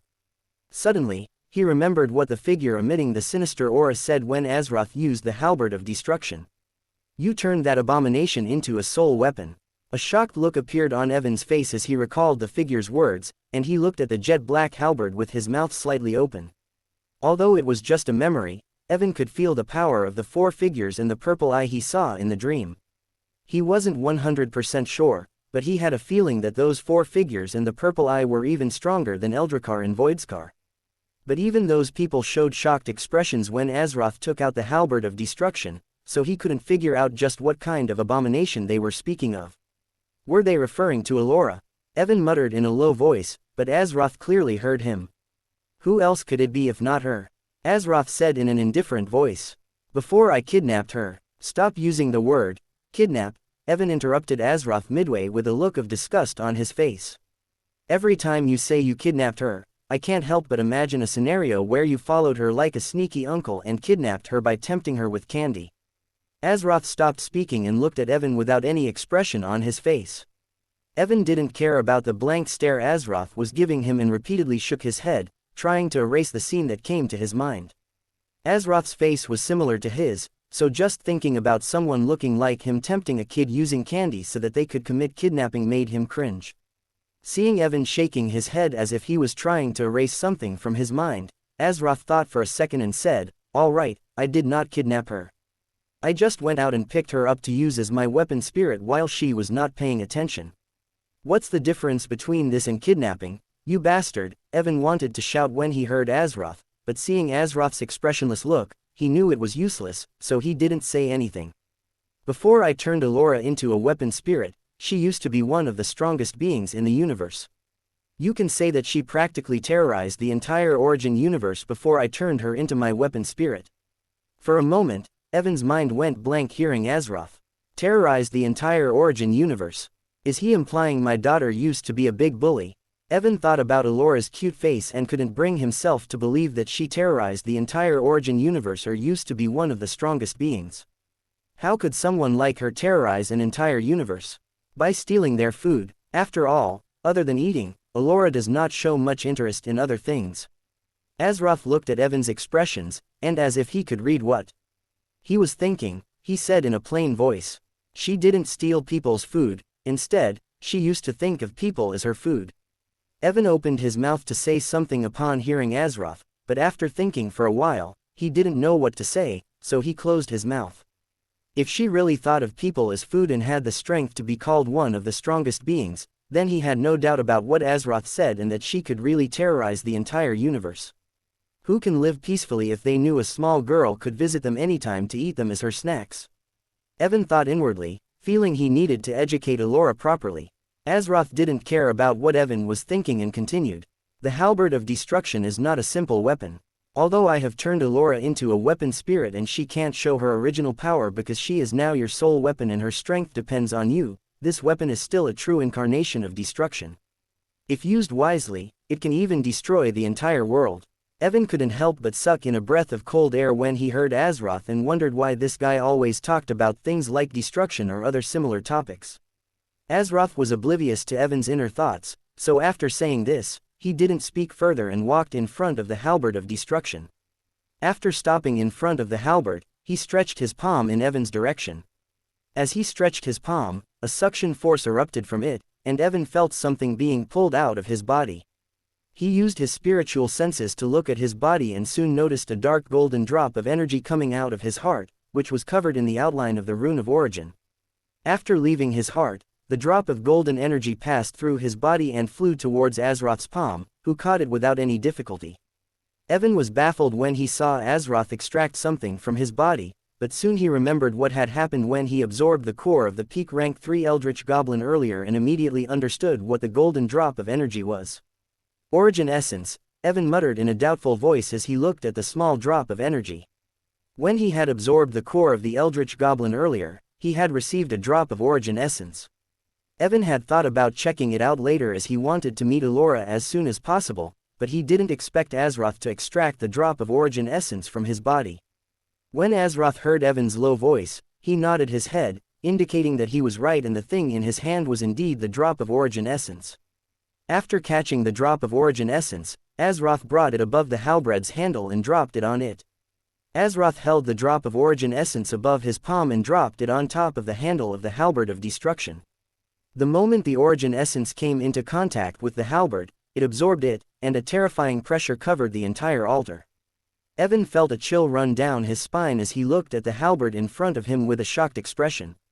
Although the pressure emitted by the Halbert lasted only for a brief second, Evan couldn't help but gulp down his saliva because in that brief second, he felt a pressure that could destroy anything.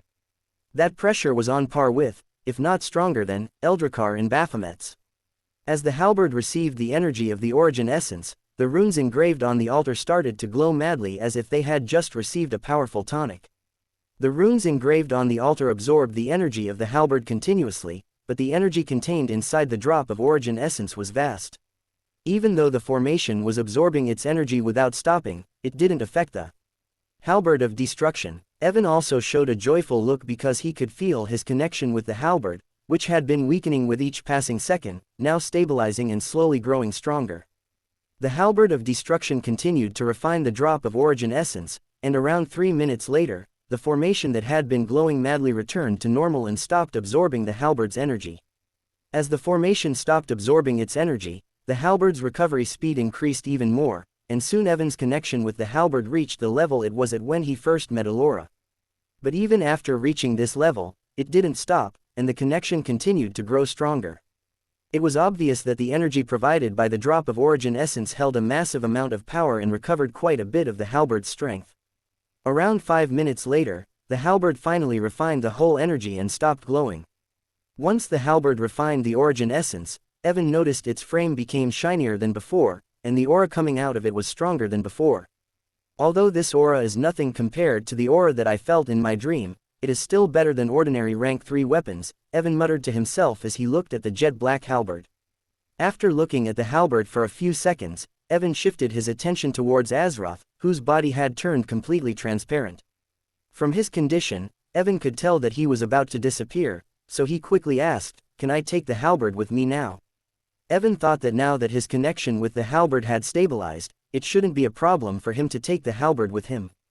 But to his surprise, Azeroth shook his head upon hearing him. "You still can't take the halberd with you." Evan's face darkened when he heard Azeroth, and he asked with a frown, "What do you mean?" Azeroth didn't answer immediately. Instead, he looked at the runes that surrounded the halberd and spoke after a moment. "If you take the halberd with you, the sealing formation will lose its effect, and the passage that is sealed here will be unlocked. I already told you I don't care about this passage. I am not going to leave Allora here." Azeroth shook his head hearing Evan and said in a calm voice, "I am not asking you to leave her here." Evan raised an eyebrow hearing Azeroth, and motioned for him to continue. Azeroth pointed towards the halberd and asked Evan to place his hand on it. Evan was unsure what Azeroth wanted to do, but he listened and walked towards the halberd. Upon coming in front of the halberd, Evan clearly felt his connection with the weapon was far stronger than before. "Father." Suddenly, Evan heard a weak voice inside his head, and his face brightened. "Allora, are you all right?" he asked anxiously because Allora's voice sounded quite weak. "I am fine. I just need to recover for some time, and I will be back to normal." Evan sighed in relief when he heard Allora and wanted to ask a few more things, but before he could, Azeroth interrupted him. "You can talk to her later. I don't have much time left, so hurry up and place your hand on the halberd." Evan's eyes twitched when Azeroth interrupted him, and he muttered in a low voice, "This guy is just jealous because Allora didn't talk to him." Although Evan's voice was low, Azeroth clearly heard him, and his mouth twitched uncontrollably. Evan didn't care about the blank stare Azeroth was giving him and placed his hand on the halberd. "What should I do now?" he asked after placing his hand on the halberd. "Inject your spiritual power into the halberd." "Spiritual power?" Evan frowned when he heard Azeroth and said in an uncertain voice, "My spiritual power was exhausted earlier, so I don't have much power to inject into the halberd." Azeroth shook his head hearing Evan and said in a cold voice, "Just do it. I will handle the rest." Evan didn't understand what Azeroth wanted to do, but he listened to him and started to pour his spiritual power into the halberd. Because his spiritual power was already exhausted, in less than 5 seconds, Evan started to feel dizzy, and his spiritual power was completely spent. Just when he was about to stop, he felt a surge of energy entering his body, recovering his spiritual power. Evan looked at Azeroth and saw his transparent body breaking apart, entering his body, and replenishing his spiritual energy. Evan didn't say anything when he saw this and continued to pour spiritual energy into the halberd. After a few seconds, Evan suddenly felt something break free from the halberd and enter his body. The moment he felt this, Azeroth, who was providing him energy, stopped and his body began to disappear. Before he completely vanished, his words rang out inside Evan's mind. "You just have 6 years. After 6 years, the formation will be destroyed, so become strong enough before that. Evan was stunned when he heard Azroth's words and wanted to ask what was going on, but before he could ask anything, Azroth completely disappeared and a silver light covered his body. Evan looked at the silver light that enveloped him and, in the next second, he disappeared from the tomb.